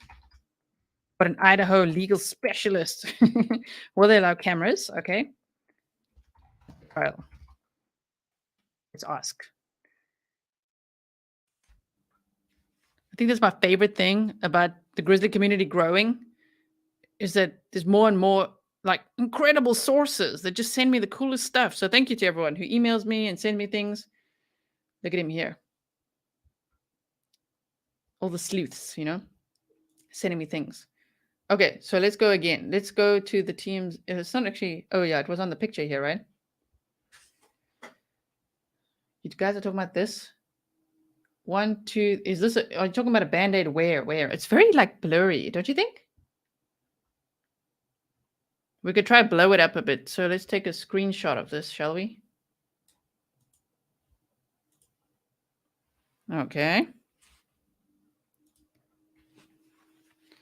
Mary says, what do I tell my daughter? Never say no to a date offer, never deny anyone her name or number. No, I would say just my advice, safety advice. This is just, I could make a list of 100 probably. But my advice would be make sure that your location isn't on everywhere you go. Sorry, everyone. I'm going to have to put it even slower. Mods are not coping, you guys. We're okay. We're good. Thank you for being here. We have almost 14,000 people here.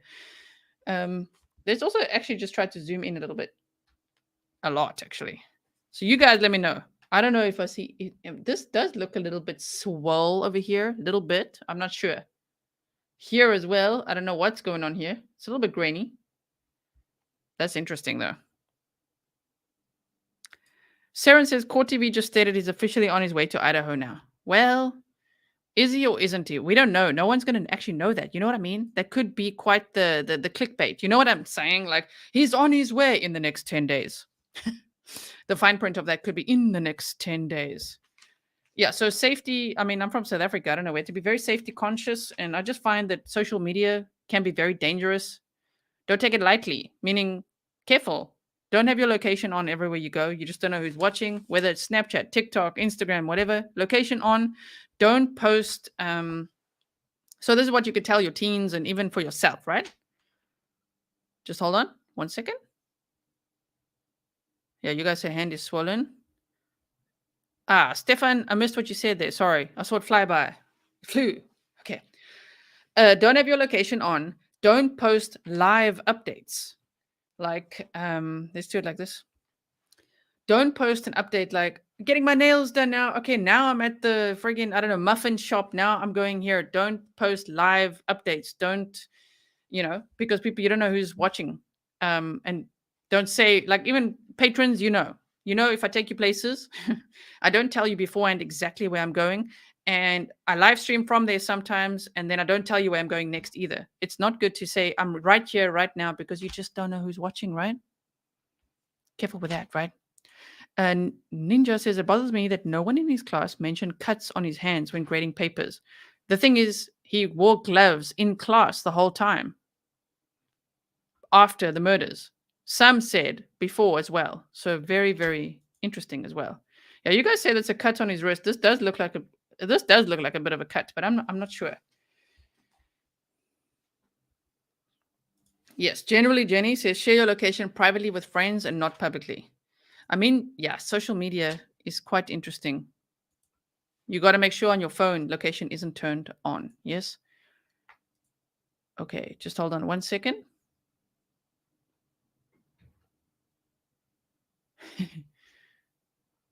Okay. Wait. Okay. Don't tell the world where you are. But yeah, I'll have to think of a whole list of safety advice. I don't know. With a guy like this, it's just very difficult, honestly. But social media, location on, all that. He's not scared. He's loving this attention. He's scanning to see who's there. Pupils dilated, probably excited. Tell your daughter to trust gut instinct. Yeah, that as well, right? That as well. Teach your kids about the dangers of public profiles. Yep, that as well. Unfortunately. Yes, social media. He looks like a younger Warren Jeffs.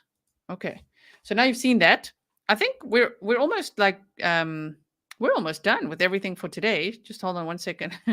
Someone says, yeah. Okay, zoomed in. Everyone's sending me zoomed in hands. And so many people want to know his Spotify account.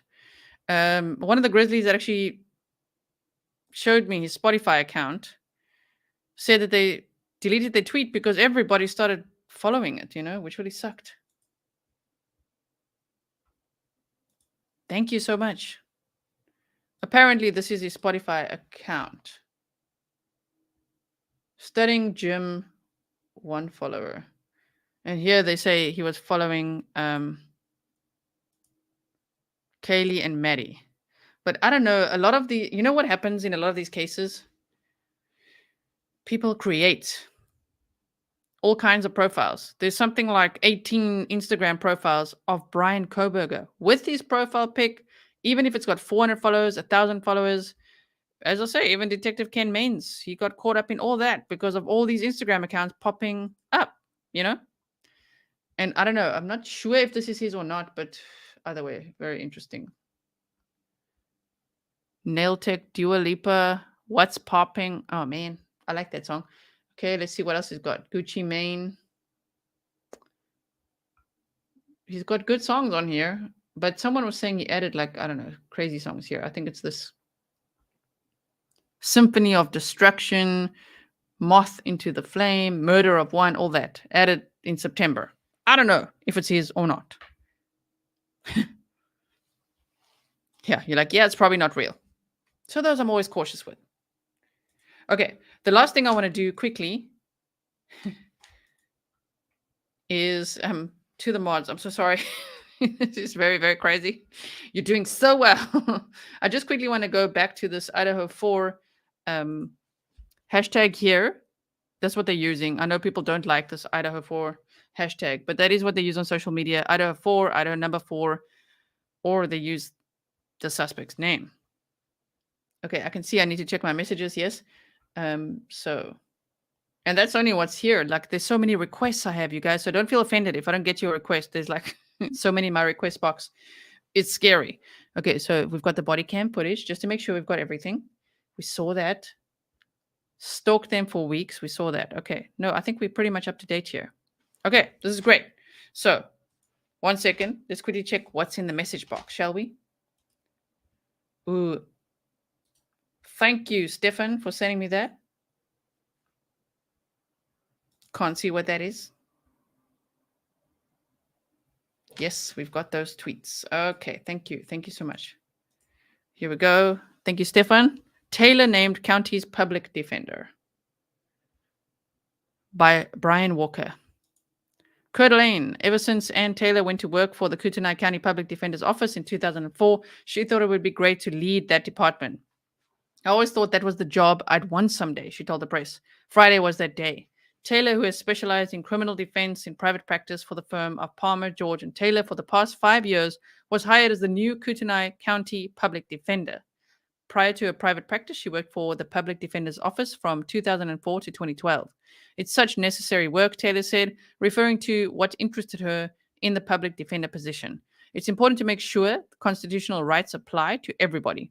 You help people who are facing horrible times. I love the work. Taylor takes over for John Adams, who retired in March after nearly 21 years as the chief public defender.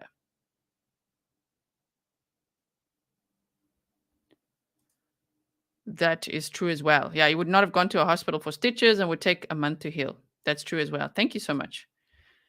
Okay, we're almost done, you guys. So we're just going through quickly. I just want to see, as I begin this journey, I'm excited to do my very best, she said. And most of all, I have gratitude for all of the members of the Public Defender's Office. I'm grateful to be welcomed by an outstanding office, and I'm looking forward to us standing together to advocate for citizens in Kootenai County.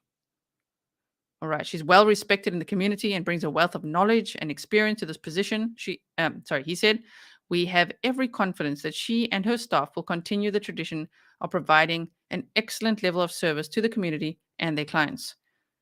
Okay. So this is who's going to be defending him. New public defender there in Kootenai County, but defending Bryan Kohberger when he gets to Idaho.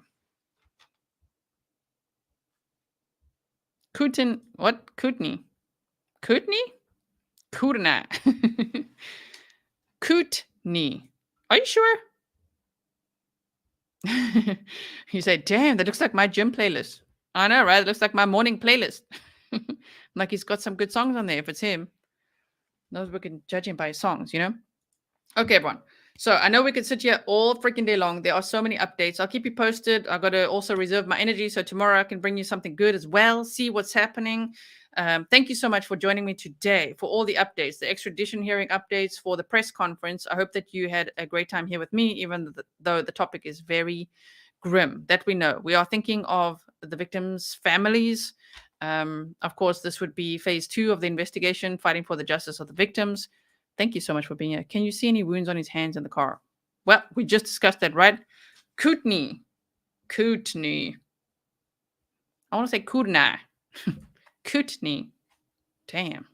Well, the pronunciation. Wow.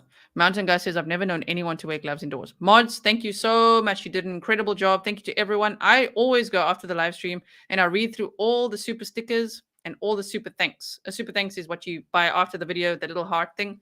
Thank you so much. I'm so appreciative of your support of the channel. If you want to head over to Patreon, that's a great way to support the work that I do. Of course, PayPal and all that as well. So thank you so much for being here.